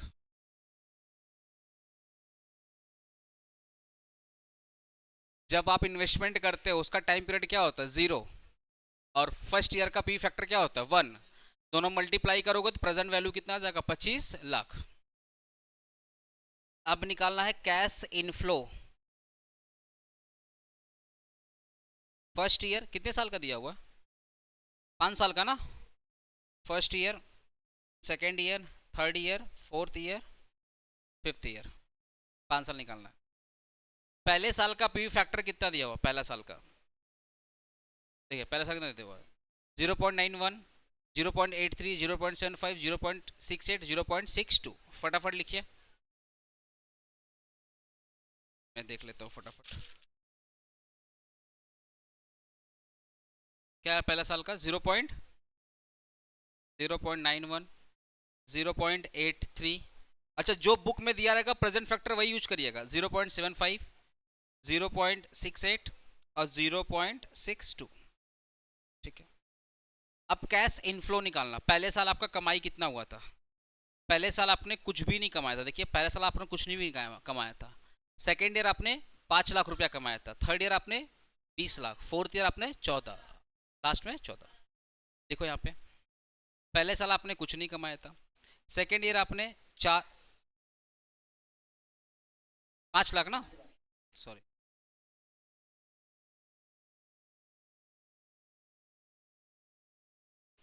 फिर आपने 20 लाख कमाया था। 20 लाख था ना? एक मिनट रुको तो। ठीक है, समझ गया समझ गया समझ गया। 5 लाख, फिर क्या था 20 लाख, फिर कितना था 14 लाख और 14 लाख, ठीक 14 लाख और 14 लाख। अब निकालना प्रेजेंट वैल्यू, तो प्रेजेंट वैल्यू कैसे निकालोगे? सिंपल से P factor into cash inflow, यही ना।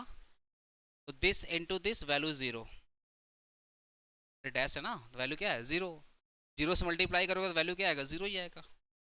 फिर करना है दिस इनटू दिस, जो आए बताओ जल्दी से। 415, ठीक है। फिर उसके बाद ये और ये मल्टीप्लाई करो, 15 लाख, एग्जैक्ट 15 लाख। फिर दिस इनटू दिस बताओ तो 2000। उसके बाद दिस इनटू दिस बताओ तो,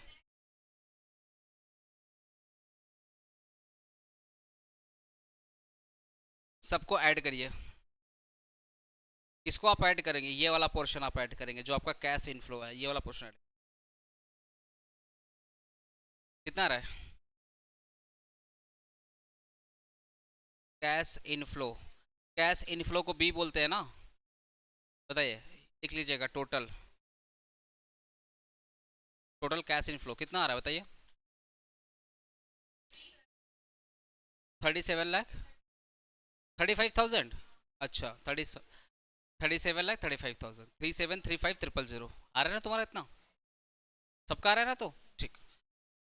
यह बी है। और कैश आउटफ्लो क्या होता है? हेलो, कैश आउटफ्लो क्या होता है? ए। कैश इनफ्लो क्या होता है? बी। तो एनपीवी का वैल्यू क्या होता है? एनपीवी वैल्यू क्या होता है? बी माइनस ए, बी माइनस ए, यही ना। तो आप देखिए, ये है आपके बी का वैल्यू और ये आपका ए का वैल्यू, दोनों का डिफरेंस क्या आ जाएगा बताओ आप? 12।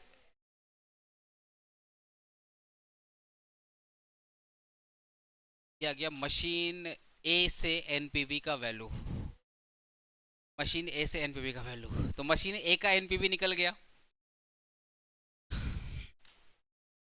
लिख लो, आंसर लिख लो।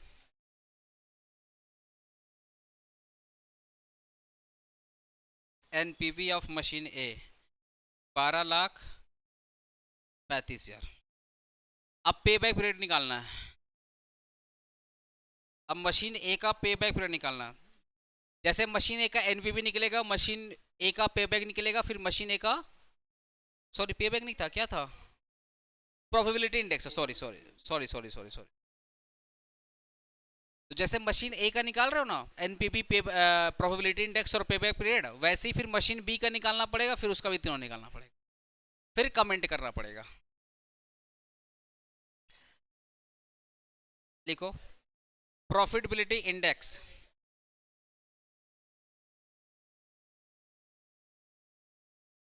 इसको अपने शॉर्ट में क्या बोलते हैं? पीआई। और पीआई का वैल्यू क्या होता है? B minus A.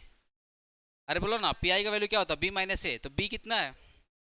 37,35,000 divided by ए कितना है? 25 लाख। कितना वैल्यू है बताओगा?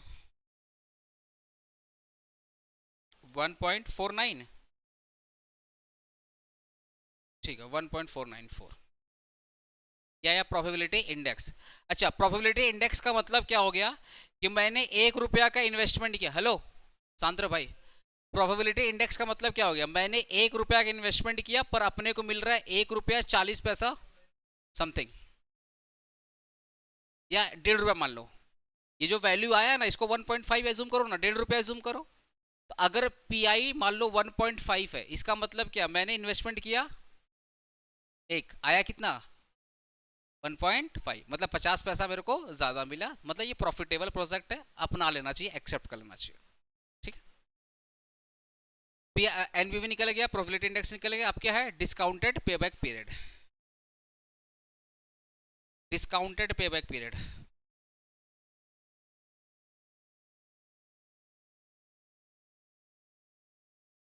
डिस्काउंटेड, ये भाई फैन फैन ऑफ कर दो, फैन ऑफ कर दो। डिस्काउंटेड पेबैक पीरियड,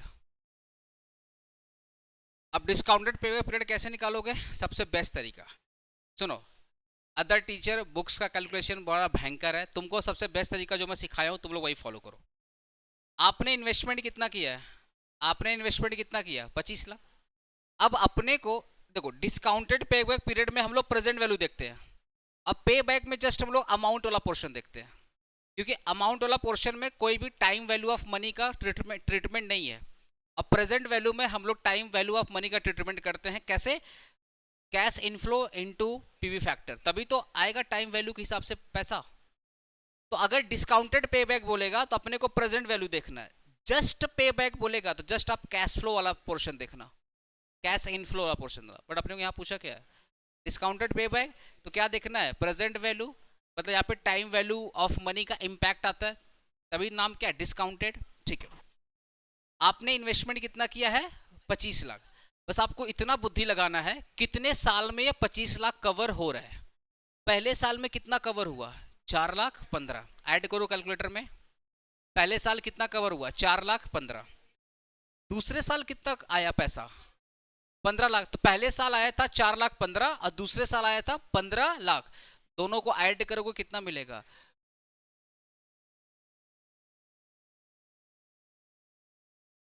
क्या? 19 लाख 19,15,000 कितना आएगा? 19,15,000, यही आ रहा है। ओके, 25 लाख चाहिए था, 2 साल में 19,15,000 आ चुका है ना। स्टिल कितना चाहिए अपने को? कितना चाहिए बताओ? स्टिल कितना चाहिए अपने को? 5 लाख। अच्छा, 5,85,000 इतना नीड है। तीसरे साल आया कितना था? 5 लाख समथिंग का नीड, आया 9,52,000। इसका मतलब तीसरे साल में जितना चाहिए था उससे ज्यादा आया, यही ना। तो अगर तीसरे साल में जितना चाहिए था आपको 5 लाख समथिंग, ओए क्लास चल रहा है ना, मतलब 2 साल मिला करके आपका आ रहा 19 लाख समथिंग, ठीक है। लेकिन तीसरे साल आपको आ गया कितना? 9 लाख समथिंग, और नीड कितना था? 5 से लेकर 6 लाख के बीच का नीड था, तो जितना नीड था उससे ज्यादा आया। तो तीसरे साल में ज्यादा अमाउंट आ रहा है और दूसरे साल में कम अमाउंट आ रहा है। इसका मतलब जो डिस्काउंटेड पेबैक पीरियड होगा दोनों के बीच का होगा। मैं क्या बोल रहा हूँ? दूसरे साल में जो चाहिए था उससे कम आया और तीसरे साल में जो चाहिए था उससे ज्यादा आया, तो 2 साल और 3 साल के बीच का जो पीरियड होगा वही मेरा क्या होगा? Discounted payback period. तो निकालना कैसे है? सिंपल सा बात है भाई, 2 इयर्स प्लस, याद है ना? 2 इयर्स। अरे 2 साल में कितना कवर कर लिए थे? 19,085,000 अच्छा अच्छा, फर्स्ट ईयर तो कुछ नहीं आया था। Oh sorry sorry, first year तो कुछ भी नहीं था। ओह ध्यान नहीं दिया, sorry sorry sorry sorry sorry. First year P factor क्या था? नील। ओहो, ये भी काउंट करोगे ना? पहला साल, दूसरा साल, तीसरा साल। समझ गया समझ गया, 3 साल लिखो तो। अरे वो मैं देखा ही नहीं। ये हो गया 3 इयर्स प्लस। चौथे साल आपको चाहिए कितना था? क्योंकि ये 3 साल, अच्छा ये नील है, ठीक है, ये 3 साल मिला करके आया आपका 19,15,000, ठीक है। और आपको चाहिए था कितना? 25 लाख। तो कितने का डिफरेंस हो रहा है? 5,85,000। पर चौथे साल आया कितना? 9,52,000। चाहिए था 5,85,000, आया 9,52,000। 20 से मतलब जितना नीड था उससे ज्यादा आया, ठीक है। तो इसका मतलब चौथे साल से कम ही पीरियड होगा। तो नीड कितना था? 5,85,000, यही ना नीड था। आया कितना? 9,52,000। तो जितना नीड था और जितना आया दोनों को डिवाइड कर दो। जितना नीड था और जितना आया दोनों को डिवाइड कर दो। 3 इयर्स प्लस 0.614, अब ऐड कर दो तो 3.614 ईयर्स कर देना, या सिंपली 3.6 ईयर कर सकते हो। यह आ गया डिस्काउंटेड पे बैक पीरियड। बहुत भयंकर कैलकुलेशन इसका भी है, मैं तो ईजी करके समझा रहा हूँ। इसका भी कैलकुलेशन है 1x मान करके, बहुत भयंकर। हाँ बोलिए।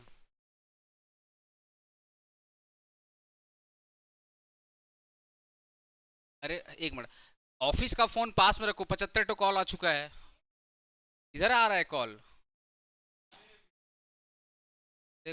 नंबर इसमें लगा हुआ ना, कॉल आ रहा है, नॉर्मल कॉल आ रहा है।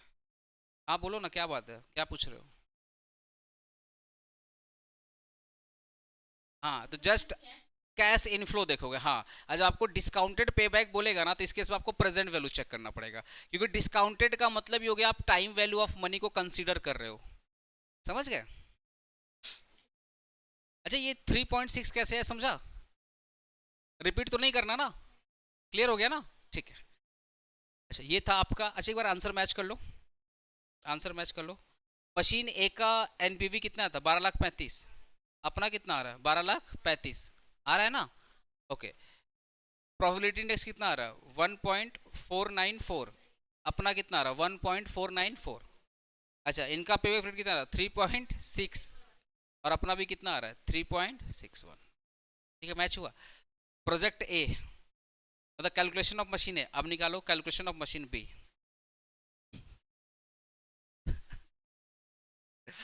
अब निकालो मशीन बी, मशीन बी। मजा आ रहा है तुम लोग को? वही सेम, ये मशीन नहीं कहता। अब सेम निकालो, वही सेम चीज। पर्टिकुलर, पर्टिकुलर है ना? फिर क्या था? पर्टिकुलर टाइम पीरियड है ना? उसके बाद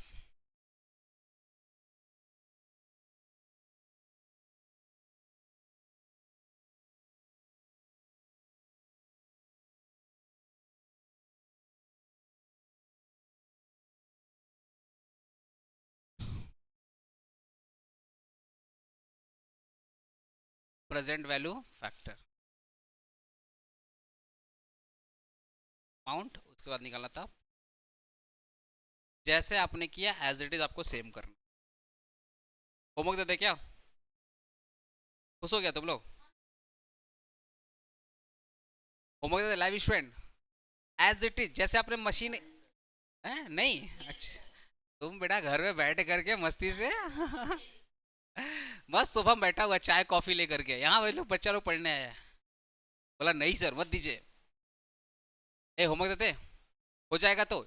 जैसे आपने मशीन ए सॉल्व किया है, ठीक आपका मशीन बी रहेगा। ठीक है, ये आपका होमवर्क है। और होमवर्क का मतलब इस बार नहीं, इस बार हमारा वर्क नहीं है, तुम्हारा वर्क है। ठीक है, लास्ट टाइम तुम लोग 6 महीने से होमवर्क मतलब सर आपका वर्क सर, ये तुमको ही करके आना, मैं नहीं करने वाला सॉल्व। आंसर अगर चाहिए तो मैं यहाँ पे आंसर लिख के दे दे रहा हूँ, वैसे बुक में तो आंसर होगा ही होगा। बुक में आंसर है ना, बस मैच कर लेना। अच्छा कमेंट लिखवाना है, तुम सॉल्व करके आओ, मैं कमेंट लिखवा दूंगा। ठीक है, कमेंट में लिखवा दूंगा। क्या बोल रहा भाई?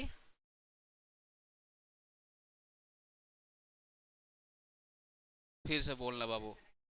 अच्छा क्वेश्चन, क्वेश्चन तो है पीडीएफ। अरे एप्लीकेशन में तो है पीडीएफ, एप्लीकेशन में, एप्लीकेशन में दिया हुआ पीडीएफ। ठीक है हो गया। अरे रुको, थ्योरी, हाँ थोड़ा सा बाकी था थ्योरी का। सबको घर जाना है, टेंशन ना लो। क्या क्या थ्योरी हो चुका है, थोड़ा सा बाकी बाबा, ज्यादा नहीं बाकी है। तुम पढ़ाते नहीं तो फिर तुम लोग बोलता है। अभी 2 दिन क्लास हम लोग का बनता, 2 या 3 दिन क्लास बनता ना। 1 हो गया था, फिर क्या था? 2 हो गया था ना? 3 वाला पढ़ा चुके थे। 4th वाला याद है ना, वो रेशनिंग, कैपिटल रेशनिंग जो मिनिमम था, याद है ना? लिमिटेड फंड, क्यों लिमिटेड फंड था? 2 रीजन था, एक सॉफ्ट और एक हार्ड। एक था कि भैया हम यहाँ पे था ना, आज सॉफ्ट और हार्ड वाले का मतलब क्या है? सॉफ्ट में क्या था? Management decision without external concern, मतलब खुद ही डिसाइड कर लिए कि हमारा इन्वेस्टमेंट कम होगा। और हार्ड का मतलब क्या? बैंक सप्लाई कर रहा था, बैंक मना कर दिया था। पढ़ाए थे ना अच्छे से? ठीक है। हाउ कैपिटल ये भी पढ़ा दिया था। आ जाओ ये वाला, राइट द डीमेरिट ऑफ पे back period method of project evaluation. पहला डीमेरिट क्या है? Ignore time value of money है। याद है ना, पहला डीमेरिट यही है, ignore time value of money. अच्छा पता, अगर आप टाइम वैल्यू ऑफ मनी को इग्नोर किए तो आपका जो भी कैलकुलेशन आएगा तो गलत ही आएगा, बिकॉज आपने इन्फ्लेशन तो देखा ही नहीं देखा। तो पहला डीमेरिट है कि भैया पे बैक पीरियड में हम लोग टाइम वैल्यू ऑफ मनी को इग्नोर करते हैं। सेकंड क्या है, ignore cash flow beyond the pay back period. मतलब क्या बोल रहा है, it only consider cash flow up to the pay back period. Sir बोलना क्या चाहता हूं, मैं बता रहा हूं बोलना क्या चाहता हूं। आपने एक इन्वेस्टमेंट किया 1 लाख रुपए का, पहला साल आया 20,000, सेकेंड ईयर आया 20,000, तीसरे साल आया 20,000, चौथे साल आया 20,000 और पांचवें साल कितना आया 20,000, यही ना। अब बोल रहे इट ओनली कंसीडर, ये सिर्फ और सिर्फ कैश फ्लो को कंसीडर करता up to the pay back period. अगर मैं पे बैक पीरियड निकालूं इसका तो 20 lakh divided by 20 lakh divided by 1 lakh divided by total cash inflow. तो टोटल कैश इनफ्लो कितना है 1 लाख, यही ना। लेकिन हर एक साल आपको कितना मिल रहा है 20-20 हजार, तो 1 लाख डिवाइडेड बाई 20 कर दूंगा, हमारा पे बैक पीरियड कितना आ जाएगा 5 साल। एक चीज बताओ, क्या सच में आपने जो 5 साल निकाला है, क्या इसके बाद जो मशीन आपको कमा के नहीं देगी, क्या देगी ना कमा के, बट आपने उस चीज को इग्नोर कर दिया। आपने क्या बोला कि भैया हमने 1 लाख का इन्वेस्टमेंट किया है और हर साल मेरे को 20,000 20,000 20,000 20,000 आ रहा है, ऐसे करके 5 साल अगर आ गया तो 5 साल में मेरा एसेट पर किया गया इन्वेस्टमेंट मेरे को मिल गया। तो आपने जो इन्वेस्टमेंट किया वो तो 5 साल ही नहीं चलेगा, उससे तो ज्यादा चलेगा। तो आपने नेक्स्ट ईयर जैसे ही आपका 5 साल में एसेट का अमाउंट कवर हो गया, आपका पेबैक पीरियड निकल गया, अब वहां पे आप शांत हो गए। पर ये तो गलत है, आपका जो एसेट है वो 5 साल से ज्यादा चलेगा, 5 साल से ज्यादा रिटर्न कमा के देगा, आप तो उसको इग्नोर कर दिए। यही बोल रहा है, ignore the cash flow beyond the pay back period. पे बैक पीरियड यहाँ पे 5 है, पर उस 5 साल के बाद भी तो कैश कमा के देगा ही देगा। आज एक चीज बताओ, अगर ये एसी मैंने परचेज किया और मैंने बोला ये एसी मैं 3 साल में कवर कर लूंगा, मान लो मैंने एसी पे 60,000 रुपया खर्चा किया और मैंने बोला कि इस एसी से मेरे को 20,000 का रिटर्न मिल ही जा रहा हर साल, तो पहले साल 20, सेकेंड ईयर 20 और तीसरे साल 20, 3 साल में मेरे को एसी से रिटर्न मिल गया, तो क्या चौथे साल एसी नहीं चलेगा? तो चौथे साल में भी तो कुछ ना कुछ कमा के देगा, पांचवें साल भी तो कुछ ना कुछ कमा के देगा। अरे एक एसी आराम से 10-12 साल 15 साल चल जाता अगर ढंग से मेंटेनेंस करके चलो तो मैंने तो 3 साल ही कंसिडर किया, तो चौथे साल पांचवें साल छठे साल सातवें साल वो भी तो कमा के देगा, और आप ये चीज यहाँ पे क्या कर रहे हो, इग्नोर कर रहे हो। तो दूसरा डिमेरिट हो गया, ignore cash flow beyond the pay back period. Clear हुआ? ओके। एक चीज देखो, तुम लोग प्रैक्टिकल नॉलेज अगर क्लियर है तो थ्योरी भी समझ में आ रहा है, ठीक है, वो दोनों एकदम इंटर रिलेटेड है। Ignore the risk, ignore the risk. आप तो फ्यूचर कैश फ्लो को प्रेजेंट फैक्टर पे तो ला ही नहीं रहे हो। जो फ्यूचर में पैसा मिलेगा, क्या आपने उससे इन्फ्लेशन एडजस्ट किया? एडजस्ट किया? क्या उसको आपने कंपेयर किया या प्रेजेंट उसकी वैल्यू क्या? कुछ नहीं है। रिस्क क्या है? इन्फ्लेशन ही तो सबसे बड़ा रिस्क है। जो पैसा आज आपने इन्वेस्टमेंट किया है और जो आपको मिल रहा है, मैं एग्जांपल दूं, इन्फ्लेशन चल रहा है 7% और आपको रिटर्न मिल रहा है 5%, 2% तो आपका रिस्क हो गया। क्योंकि अगर आप इन्फ्लेशन को ही बीट नहीं कर पाए तो इन्वेस्टमेंट करके फायदा क्या है? यही बोल रहा है, ignore it does not account for the risk associated with the long term project. Reason क्या है कि आप लॉन्ग टर्म प्रोजेक्ट पर इन्फ्लेशन कंसीडर ही नहीं कर रहे हो, time value of money ignore कर रहे हो, तो कहीं ना कहीं टोटली जो आपका कैलकुलेशन पूरा पूरा क्या गलत कैलकुलेशन है, और उस गलत कैलकुलेशन में अगर आप शेयर होल्डर को देते हो बेसिकली वो रिस्क फैक्टर है। तो आप मतलब क्या ना, अगर आप गलत कैलकुलेशन, देखो रिस्क का मतलब क्या है कि अगर तुम सॉल्यूशन ही गलत किया है तो रिस्क क्या है? फेल होने का। अगर तुम्हारा कैलकुलेशन ही गलत आया है तो जो तुम डिसीजन लेगा वो कितना सही लेगा? आपको तो इस चैप्टर में क्या लेना था? डिसीजन लेना था। तो आपका जो कैलकुलेशन है वो कैलकुलेशन तो रॉन्ग है, जब कैलकुलेशन रॉन्ग है तो डिसीजन भी क्या होगा? रॉन्ग है। यही तो रिस्क है। तुम एग्जाम में गलत सॉल्व करेगा, रिस्क क्या है? फेल होने का। यही तो रिस्क है। बस यही चीज यहाँ पे लास्ट में क्या हो गया? No measure of probability, no measurement of probability. यहाँ पे क्या बोलता है? मैंने 1 लाख का इन्वेस्टमेंट किया, 5 साल में मेरा 1 लाख आ गया, जयराम जी की कोई प्रॉफिट का बात हुआ? अरे भाई आपने इन्वेस्टमेंट किया है तो कुछ तो प्रॉफिट करोगे। फायदा क्या हुआ? 1 लाख रुपया लगा करके और 5 साल में मैंने 1 लाख मिला, 1 लाख लगाया था और पूरे 5 साल में मिला कितना? 1 लाख। तो फायदा कुछ हुआ क्या? कुछ भी फायदा नहीं हुआ। तो नो प्रोबेबिलिटी की बात हो रही है। तो इसका डीमेरिट, पहला डीमेरिट क्या है? ये ignore time value of money. दूसरा क्या है, ये उतने ही टाइम पीरियड को कैलकुलेट करता है जितने में इन्वेस्टमेंट कवर हो जाए। तीसरा इसका डीमेरिट है, इसमें जो रिस्क कैलकुलेशन गलत है तो जो डिसीजन होगा वो भी क्या होगा, गलत होगा, यही रिस्क है। और चौथा क्या बोलता है कि हाँ तो भैया आपने इन्वेस्टमेंट किया 1 लाख और रिटर्न भी मिल रहा है 1 लाख, कोई प्रॉफिट का बात हो रहा है क्या, आप यहाँ प्रोबेबिलिटी को इग्नोर कर, यही 4 इसके डीमेरिट है। क्लियर है? ए लाइव स्टूडेंट बोलेगा तुम लोग, उठेगा सोफा से, सही है ना? ठीक। ऐसी हाँ भाई, हाँ ऑलमोस्ट सिमिलर है, सिमिलर ही है। अब जैसे हाँ, वही तो रिस्क इग्नोर कर रहा है। रिस्क इग्नोर का मतलब क्या है, देखो जैसे तुम, हाँ रिस्क फैक्टर इग्नोर कर, जैसे तुम्हारा भी एग्जाम आने वाला है, तुम पढ़ाई नहीं कर रहा है, तो यही हो गया ना, रिस्क इग्नोर कर रहा है तो। क्वेश्चन मुझे आप मेरे पे दे दीजिए। नेक्स्ट क्वेश्चन आ जाओ। नेक्स्ट क्वेश्चन क्या है, अच्छा, modified internal rate of return क्या होता है, इसमें छोटा सा डिफरेंस है, छोटा सा डिफरेंस है। ये छोटा डिफरेंस क्या है, देखो ये छोटा सा डिफरेंस क्या है,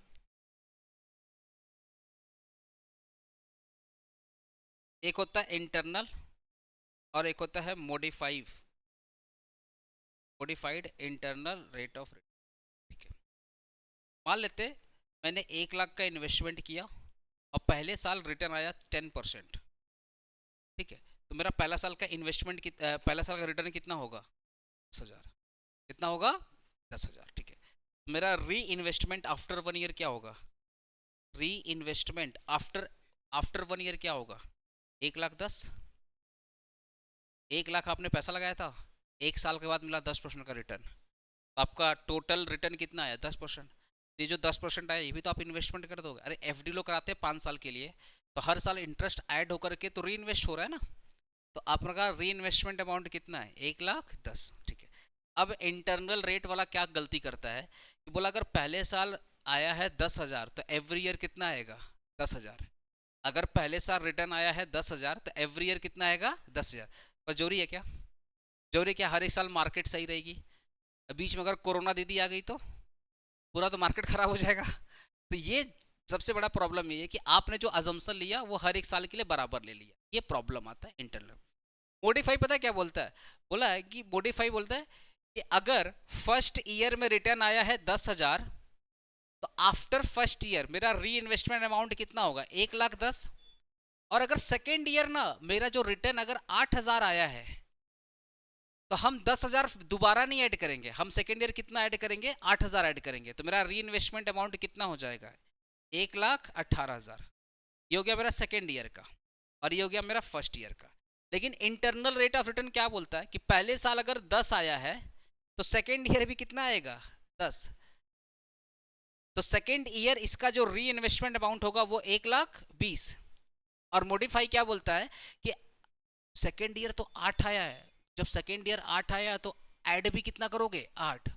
तो सेकेंड के हिसाब से, सेकेंड के हिसाब से आना चाहिए, मतलब मॉडिफाई के हिसाब से आना चाहिए 1,18,000 और इंटरनल रेट ऑफ रिटर्न के हिसाब से कितना चाहिए, 1,20,000। आप बताओ ज्यादा सही क्या है, मॉडिफाइड वाला या internal rate of return, modify वाला। क्योंकि मॉडिफाई क्या बोलता है कि हम तो मार्केट कंडीशन को देखते हुए चल रहे हैं, अगर मार्केट कंडीशन बेकार था, रिटर्न कम आया, तो मेरा री इन्वेस्टमेंट अमाउंट भी क्या होगा, कम आएगा। अच्छा, इसमें एक चीज फायदा है, बताओ क्या फायदा, अगर मार्केट अच्छा था, ध्यान सुनना, अगर मार्केट अच्छा था, अगर मार्केट अच्छा था, आ गया 12,000, कितना आ गया, 12,000, तो मॉडिफाइड वाला क्या बोलता, अब हम 12,000 ऐड करेंगे, तो 1,10,000 प्लस 12,000 कितना हो जाएगा, 1,22,000 ना, 1,22,000। तो एक्चुअल में ना ये रियलिस्टिक अजम्पशन पर बेस्ड है, इस पर बेस्ड है रियलिस्टिक, और ये नॉन रियलिस्टिक एजम्पशन पर बेस्ड है।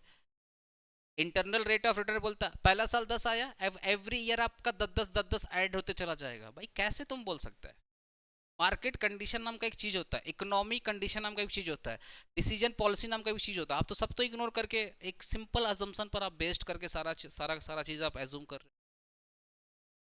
सच बोला, ज्यादा बेटर क्या है, modified internal rate of return. अब ये क्या है, मैं यही सेम चीज समझा रहा हूँ तुमको यहाँ पे। क्वेश्चन क्या पूछा, what is the modified internal rate of return in context of capital expenditure decision of A firm. जितना पढ़ाया हूं अर्जुन की तरह ध्यान लगाना, अर्जुन कौन है पता है ना तुम लोग को? तुम्हारे घर में तो कोई होगा अर्जुन, अगर है तो नहीं है, इसलिए तुम लोग का ध्यान खराब है। अच्छा, modified internal rate of return is a variation of internal rate of return, ठीक है, that resolve some of its shortcomings, मतलब जो डीमेरिट था उस डीमेरिट को क्या कर रहा है, ये रिजॉल्व कर रहा है। शॉर्ट्स कमिंग्स का मतलब क्या हो गया, डीमेरिट की, जो उसकी डीमेरिट थे, इंटरनल रेट ऑफ रिटर्न की जो डीमेरिट थी उसको क्या कर रहा है, खत्म कर रहा है। पर्टिकुलर, अब देखना मेन चीज जो मैं तुमको समझा रहा था, मेन चीज, particularly the assumptions of reinvestment of interim cash inflow at IRR itself is often unrealistic। इनका जो assumption था वो कैसा था, अनरियलिस्टिक, कि पहले साल अगर मैं 10 कमाया हूं तो हर साल में कितना कमाऊंगा, 10 कमाऊंगा, ये अनरियलिस्टिक है। मार्केट अच्छा होगा ज्यादा कमा लेंगे, मार्केट खराब रहेगा तो कम कमाएंगे, ठीक है। नेक्स्ट आ जाइए, अब MIR क्या बोलता है, modify internal rate of return assume that cash inflow are reinvested at a firm cost of capital और स्पेसिफिक रीइन्वेस्टमेंट रेट, मतलब मार्केट कंडीशन को देखते हुए। इसको लिख दो रियलिस्टिक अजम्पशन, क्या लिख दो, रियलिस्टिक अजम्पशन।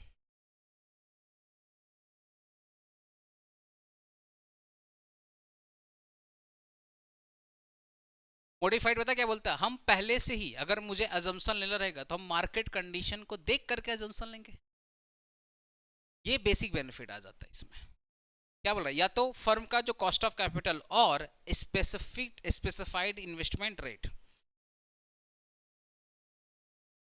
फॉर्मूला क्या हो गया, पॉजिटिव कैश इनफ्लो, देखो ना, positive cash inflow divided by negative cash inflow, ठीक है, where F V equal to future value of positive cash inflow at reinvestment rate, P V equal to future, बस simple formula लिख देना, बस इतना ही करना तुम लोग, सुनो ज़्यादा मत करना, जितना मार्क करो बस उतना ही करना, ये वाला पोर्शन, बस इतना ही पोर्शन करना, ज़्यादा मत करना, ठीक है। बेनिफिट क्या है इसका, पहला बेनिफिट क्या है, ये क्या है, मोर रियलिस्टिक है और can help compare the project with the different cash flow times. अगर रियलिस्टिक है तो अलग अलग प्रोजेक्ट के साथ कंपेयर करके आप निकाल सकते हो कि कौन सा प्रोजेक्ट आपके लिए बेनिफिट है और कौन सा प्रोजेक्ट आपके लिए क्या है, नुकसान है। क्लियर हुआ ना? What do you understand by the reinvestment rate and what are the assumption under the net present value and internal rate of return. अब देखना एक चीज, ये जो री इन्वेस्टमेंट रेट है ये यहां पर भी आया था, देखना यहाँ पे MIR assume that cash inflow are reinvested at a firm cost of capital, मतलब जो फर्म ने assume किया है कि मिनिमम कितना मिलेगा, और की बात देखना, और स्पेसिफाइड इन्वेस्टमेंट रेट आया था ना, इन्वेस्टमेंट रेट। नेक्स्ट क्वेश्चन यही बोलता है, नेक्स्ट क्वेश्चन यही बोल रहा है, what do you understand by the investment rate, investment rate का मतलब ही क्या होता है, क्वेश्चन पढ़ते आंसर। री investment rate is the rate at which interim cash inflow, interim cash inflow का मतलब क्या है, जो रिटर्न मुझे मिल रहा है, अरे इन्वेस्टमेंट करने के बाद कुछ तो रिटर्न आएगा, तो इन्वेस्टमेंट के बाद जो रिटर्न आ रहा है उसको बोलते हैं interim cash inflow, are assume to be reinvested until the project completion. आप तब तक इसको री इन्वेस्ट करोगे जब तक इन्वेस्टमेंट या प्रोजेक्ट कंप्लीट नहीं हो जाता। Under the NPV, the assumption is that cash flow are reinvested at a cost of capital, that is firm required rate of return। जो भी मेरा NPV है, जो भी मेरा NPV है उसमें ये assumption होता है कि मिनिमम मेरे को 10% चाहिए, तो मेरा NPV का वैल्यू भी किसके हिसाब से आएगा, 10% के हिसाब से आएगा। ये मिनिमम होता है, मिनिमम होता है। जब आप पता ना किसी भी सिचुएशन में अगर आप वर्स्ट सिनेरियो मान के चलते हैं तो कहीं ना कहीं आप विन विन सिचुएशन में, एक कहावत होता है ना, ज़्यादा ज़्यादा क्या होगा, क्या होगा, इतना ही होगा ना, हाँ बर्दाश्त कर लेंगे, तब वो कॉन्फिडेंस मिलता है आगे बढ़ने का। अगर आपने वर्स्ट सिचुएशन को एज्यूम नहीं किया और आगे बढ़ गए और वैसा सिचुएशन आ गया तो फिर तो दिक्कत हो जाएगा। अगर आपको पहले से ही पता है कि भैया ज़्यादा से ज़्यादा क्या होगा, यही ना होगा, ठीक है देख लेंगे, यही चीज़ होता है तुम्हारा एनपीवी केस में, ये पहले से ही कम रेट ऑफ एज्यूम कर लेता है, और इस केस में जब NPV come rate of return पे भी प्रॉफिटेबल आ रहा है, बोलता है भैया प्रोजेक्ट क्या है, अच्छा है, इस पर इन्वेस्टमेंट हम करेंगे। अंडर द आईआर, अब ये कंफ्यूजन देख लो, under the IR the assumption is that hello hello hello देखो, इंटरनल रेट ऑफ रिटर्न में जो assumption है वो क्या बोल रहा है कि जो भी कैश फ्लो आ रहा है वो री इन्वेस्ट करेंगे वो सेम रेट से, यही तो सेम रेट था कि पहले साल अगर 10,000 आया है तो एवरी ईयर कितना आएगा, बोलो ना। इंटरनल रेट ऑफ रिटर्न क्या बोलता है, अगर पहले साल 10,000 आया है तो हर साल कितना आएगा 10,000, यही तो इसका assumption है। देखो ना, IR एज्यूम कैश फ्लो री invested at the same rate, कि पहले साल अगर 10 आया है तो हर साल कितना आएगा 10 आएगा। लेकिन जरूरी क्या हर साल 10 आएगा, जरूरी क्या हर साल 10 नहीं है। ठीक है। अकाउंटिंग रेट ऑफ रिटर्न क्या होता है, अच्छा अकाउंटिंग रेट ऑफ रिटर्न का दूसरा नाम क्या है दीपिका, ओ दीपिका दीदी, अकाउंटिंग रेट ऑफ रिटर्न का दूसरा नाम क्या है। सर आप पढ़ा नहीं थे, बोलना। नहीं नहीं बोल बोल, सर आप पढ़ा, बोल बोल। क्या भैया आप तो बकवास करते रहते हैं, कुछ तो पढ़ा दिए होते 6 महीना में, कुछ तो पढ़ा ही नहीं, बोलना।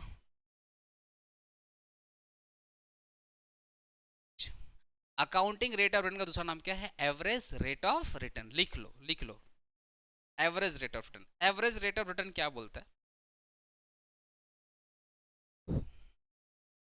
Accounting rate of return is the capital busting method that measure the return generated by the project based upon the accounting profit rather than the cash inflow। Accounting rate of return मैंने बोला था ना, एकदम मरवाड़ी बुद्धि है, क्या मिलेगा फर्क नहीं पड़ता, प्रॉफिट कितना मिला ये बता। हम 12 लाख रुपया लगाएगा, प्रॉफिट कितना मिलेगा ये बता। अच्छा विद यू रिस्पेक्ट, तुम भड़कना मत यार, तुम लोग हंसाने के लिए तुम लोग को बोलते। अकाउंटिंग रेट ऑफ रिटर्न बोलता है कि 15 लाख लगाना, लगा देंगे, प्रॉफिट क्या मिलेगा ये बताओ। पहले साल इतना मिलेगा इतना मिलेगा इतना मिलेगा, इतना दिमाग काम नहीं करता। 15 लाख लगा के मिलेगा कितना मुझे बताओ, बोल रहा है सर 15 लाख लगा के 5 लाख मिलेगा, बोला 5 लाख प्रॉफिट, बोला हाँ प्रॉफिट, तो बोला 5 लाख डिवाइडेड बाई 15 लाख, यही मेरा क्या होगा अकाउंटिंग रेट ऑफ रिटर्न। कि 15 लाख लगा करके मिल रहा है 5 लाख, तो आंसर क्या होगा 5 लाख डिवाइडेड बाई 15 लाख, हो गया अकाउंटिंग रेट ऑफ रिटर्न। हो गया ऑनर से सारे कंप्लीट। अब जनरल में देख लो, एक बोले थे ना नॉन डिस्काउंटेड कैश इनफ्लो, अरे non discounted cash flow technique को अपने क्या बोलते हैं, देखो ध्यान से, do not account for the time value को। अच्छा सुनो ना, पे बैक पीरियड और डिस्काउंटेड पे बैक पीरियड में फर्क क्या है। पे बैक पीरियड में हम लोग टाइम वैल्यू ऑफ मनी को कंसीडर नहीं करते हैं, और डिस्काउंटेड पे बैक में हम लोग टाइम वैल्यू ऑफ मनी को कंसीडर करें। तो जो नॉन डिस्काउंटेड है वो क्या है, पे बैक है, जो नॉन डिस्काउंटेड वो क्या है, पे बैक पीरियड है, और जो डिस्काउंटेड है वो क्या है, डिस्काउंटेड पे बैक पीरियड। तो सिंपली बोल रहा है जो नॉन डिस्काउंटेड है इसका मतलब टाइम वैल्यू ऑफ मनी को वो कंसीडर नहीं कर रहा है। हो गया, 3 कंप्लीट है, 4 कंप्लीट है, 5 भी कंप्लीट है। अच्छा पे back period method does not consider time value of money, answer is true, answer is true. ठीक है ये भी कंप्लीट हो गया।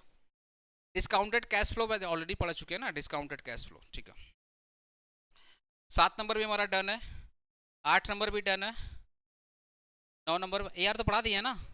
अरे अकाउंटिंग रेट ऑफ रिटर्न तो पढ़ा दिया ना, कि कितना मैं इन्वेस्टमेंट करूंगा मुझे प्रॉफिट कितना मिलेगा, यही तो होता है अकाउंटिंग रेट ऑफ रिटर्न। ठीक है इसका डीमेरिट पूछा था क्या, पहला डीमेरिट था ए भी करता है। अच्छा अकाउंटिंग ARR जस्ट प्रॉफिट से मतलब रखता है, तो पहला क्या इग्नोर करता है, time value of money, relies on the accounting profit, AR based upon the accounting profit which include non cash item like depreciation and amortization। अगर आप अकाउंटिंग प्रॉफिट की बात करोगे तो डेप्रिसिएशन वगैरह क्या करता है, इग्नोर करता है। और जब हम लोग एनपीवी में कैश इनफ्लो निकालते हैं तो डेप्रिसिएशन क्या करते हैं, ऐड करते हैं, मतलब वो रियलिस्टिक अजम्पशन पे जाते हैं। तो अकाउंटिंग रेट ऑफ रिटर्न भी क्या है, कहीं ना कहीं जस्ट अकाउंटिंग प्रॉफिट की बात करता है, सिर्फ कैश एक्सपेंडिचर की बात करता है, नॉन कैश एक्सपेंडिचर की बात नहीं करता, लाइक डेप्रिसिएशन की बात नहीं करता। Ignore the cash flow after the initial period, ये भी तो वही सेम चीज़ है कि मैंने 15 लाख लगाया, 15 लाख में फर्स्ट 5 साल में कितना प्रॉफिट आया, बोला सर 15 बोला 5, बोला ठीक है 5 लाख डिवाइडेड बाई 15 लाख आ गया अमाउंट। तो भैया जो तुम 15 लाख का इन्वेस्टमेंट किए हो वो तो 5 साल तो नहीं चलेगा, 5 साल के बाद भी तो चलेगा। अरे 5 साल के बाद भी तो रिटर्न आएगा। मैं एक मालूम मशीन लगाया, एक मशीन लगाया 15 लाख का, वो मशीन मेरे को प्रॉफिट देती है 5 लाख रुपए का, और ये प्रॉफिट है 5 साल का। क्या क्या 6 ईयर 6वें साल क्या प्रॉफिट नहीं देगी, क्या 7वें साल प्रॉफिट नहीं देगी, पर मैं तो इग्नोर कर रहा हूँ, वही चीज़ हो गया। तो इसका जो डीमेरिट है ना लिखो ना, सेम एज पे बैक पीरियड लिख लो। अरे जो पे बैक पीरियड का जो डीमेरिट था पढ़ाए थे ना पहला क्वेश्चन, उसी का है सेम एज पे बैक पीरियड। इसका जो डीमेरिट है इसका क्वेश्चन 9 का, क्वेश्चन 9 में लिख लो ना, सेम एज पे बैक पीरियड का डीमेरिट, ठीक है। क्वेश्चन कितना था वो वाला, क्वेश्चन कितना पे बैक पीरियड का, समझ गया ना तुम लोग, लिख लेगा तो ठीक है। ये भी तो क्वेश्चन 10 भी तो हमारा डन है, देखो डन लिखा हुआ है यहाँ पे, फिर डन हमारा खत्म, तो सारा थ्योरी खत्म। दो आज कितना हुआ, थ्योरी हुआ और 2 क्वेश्चन हुआ, ठीक है। मिलते हैं कल, मिलते हैं अपने लोग।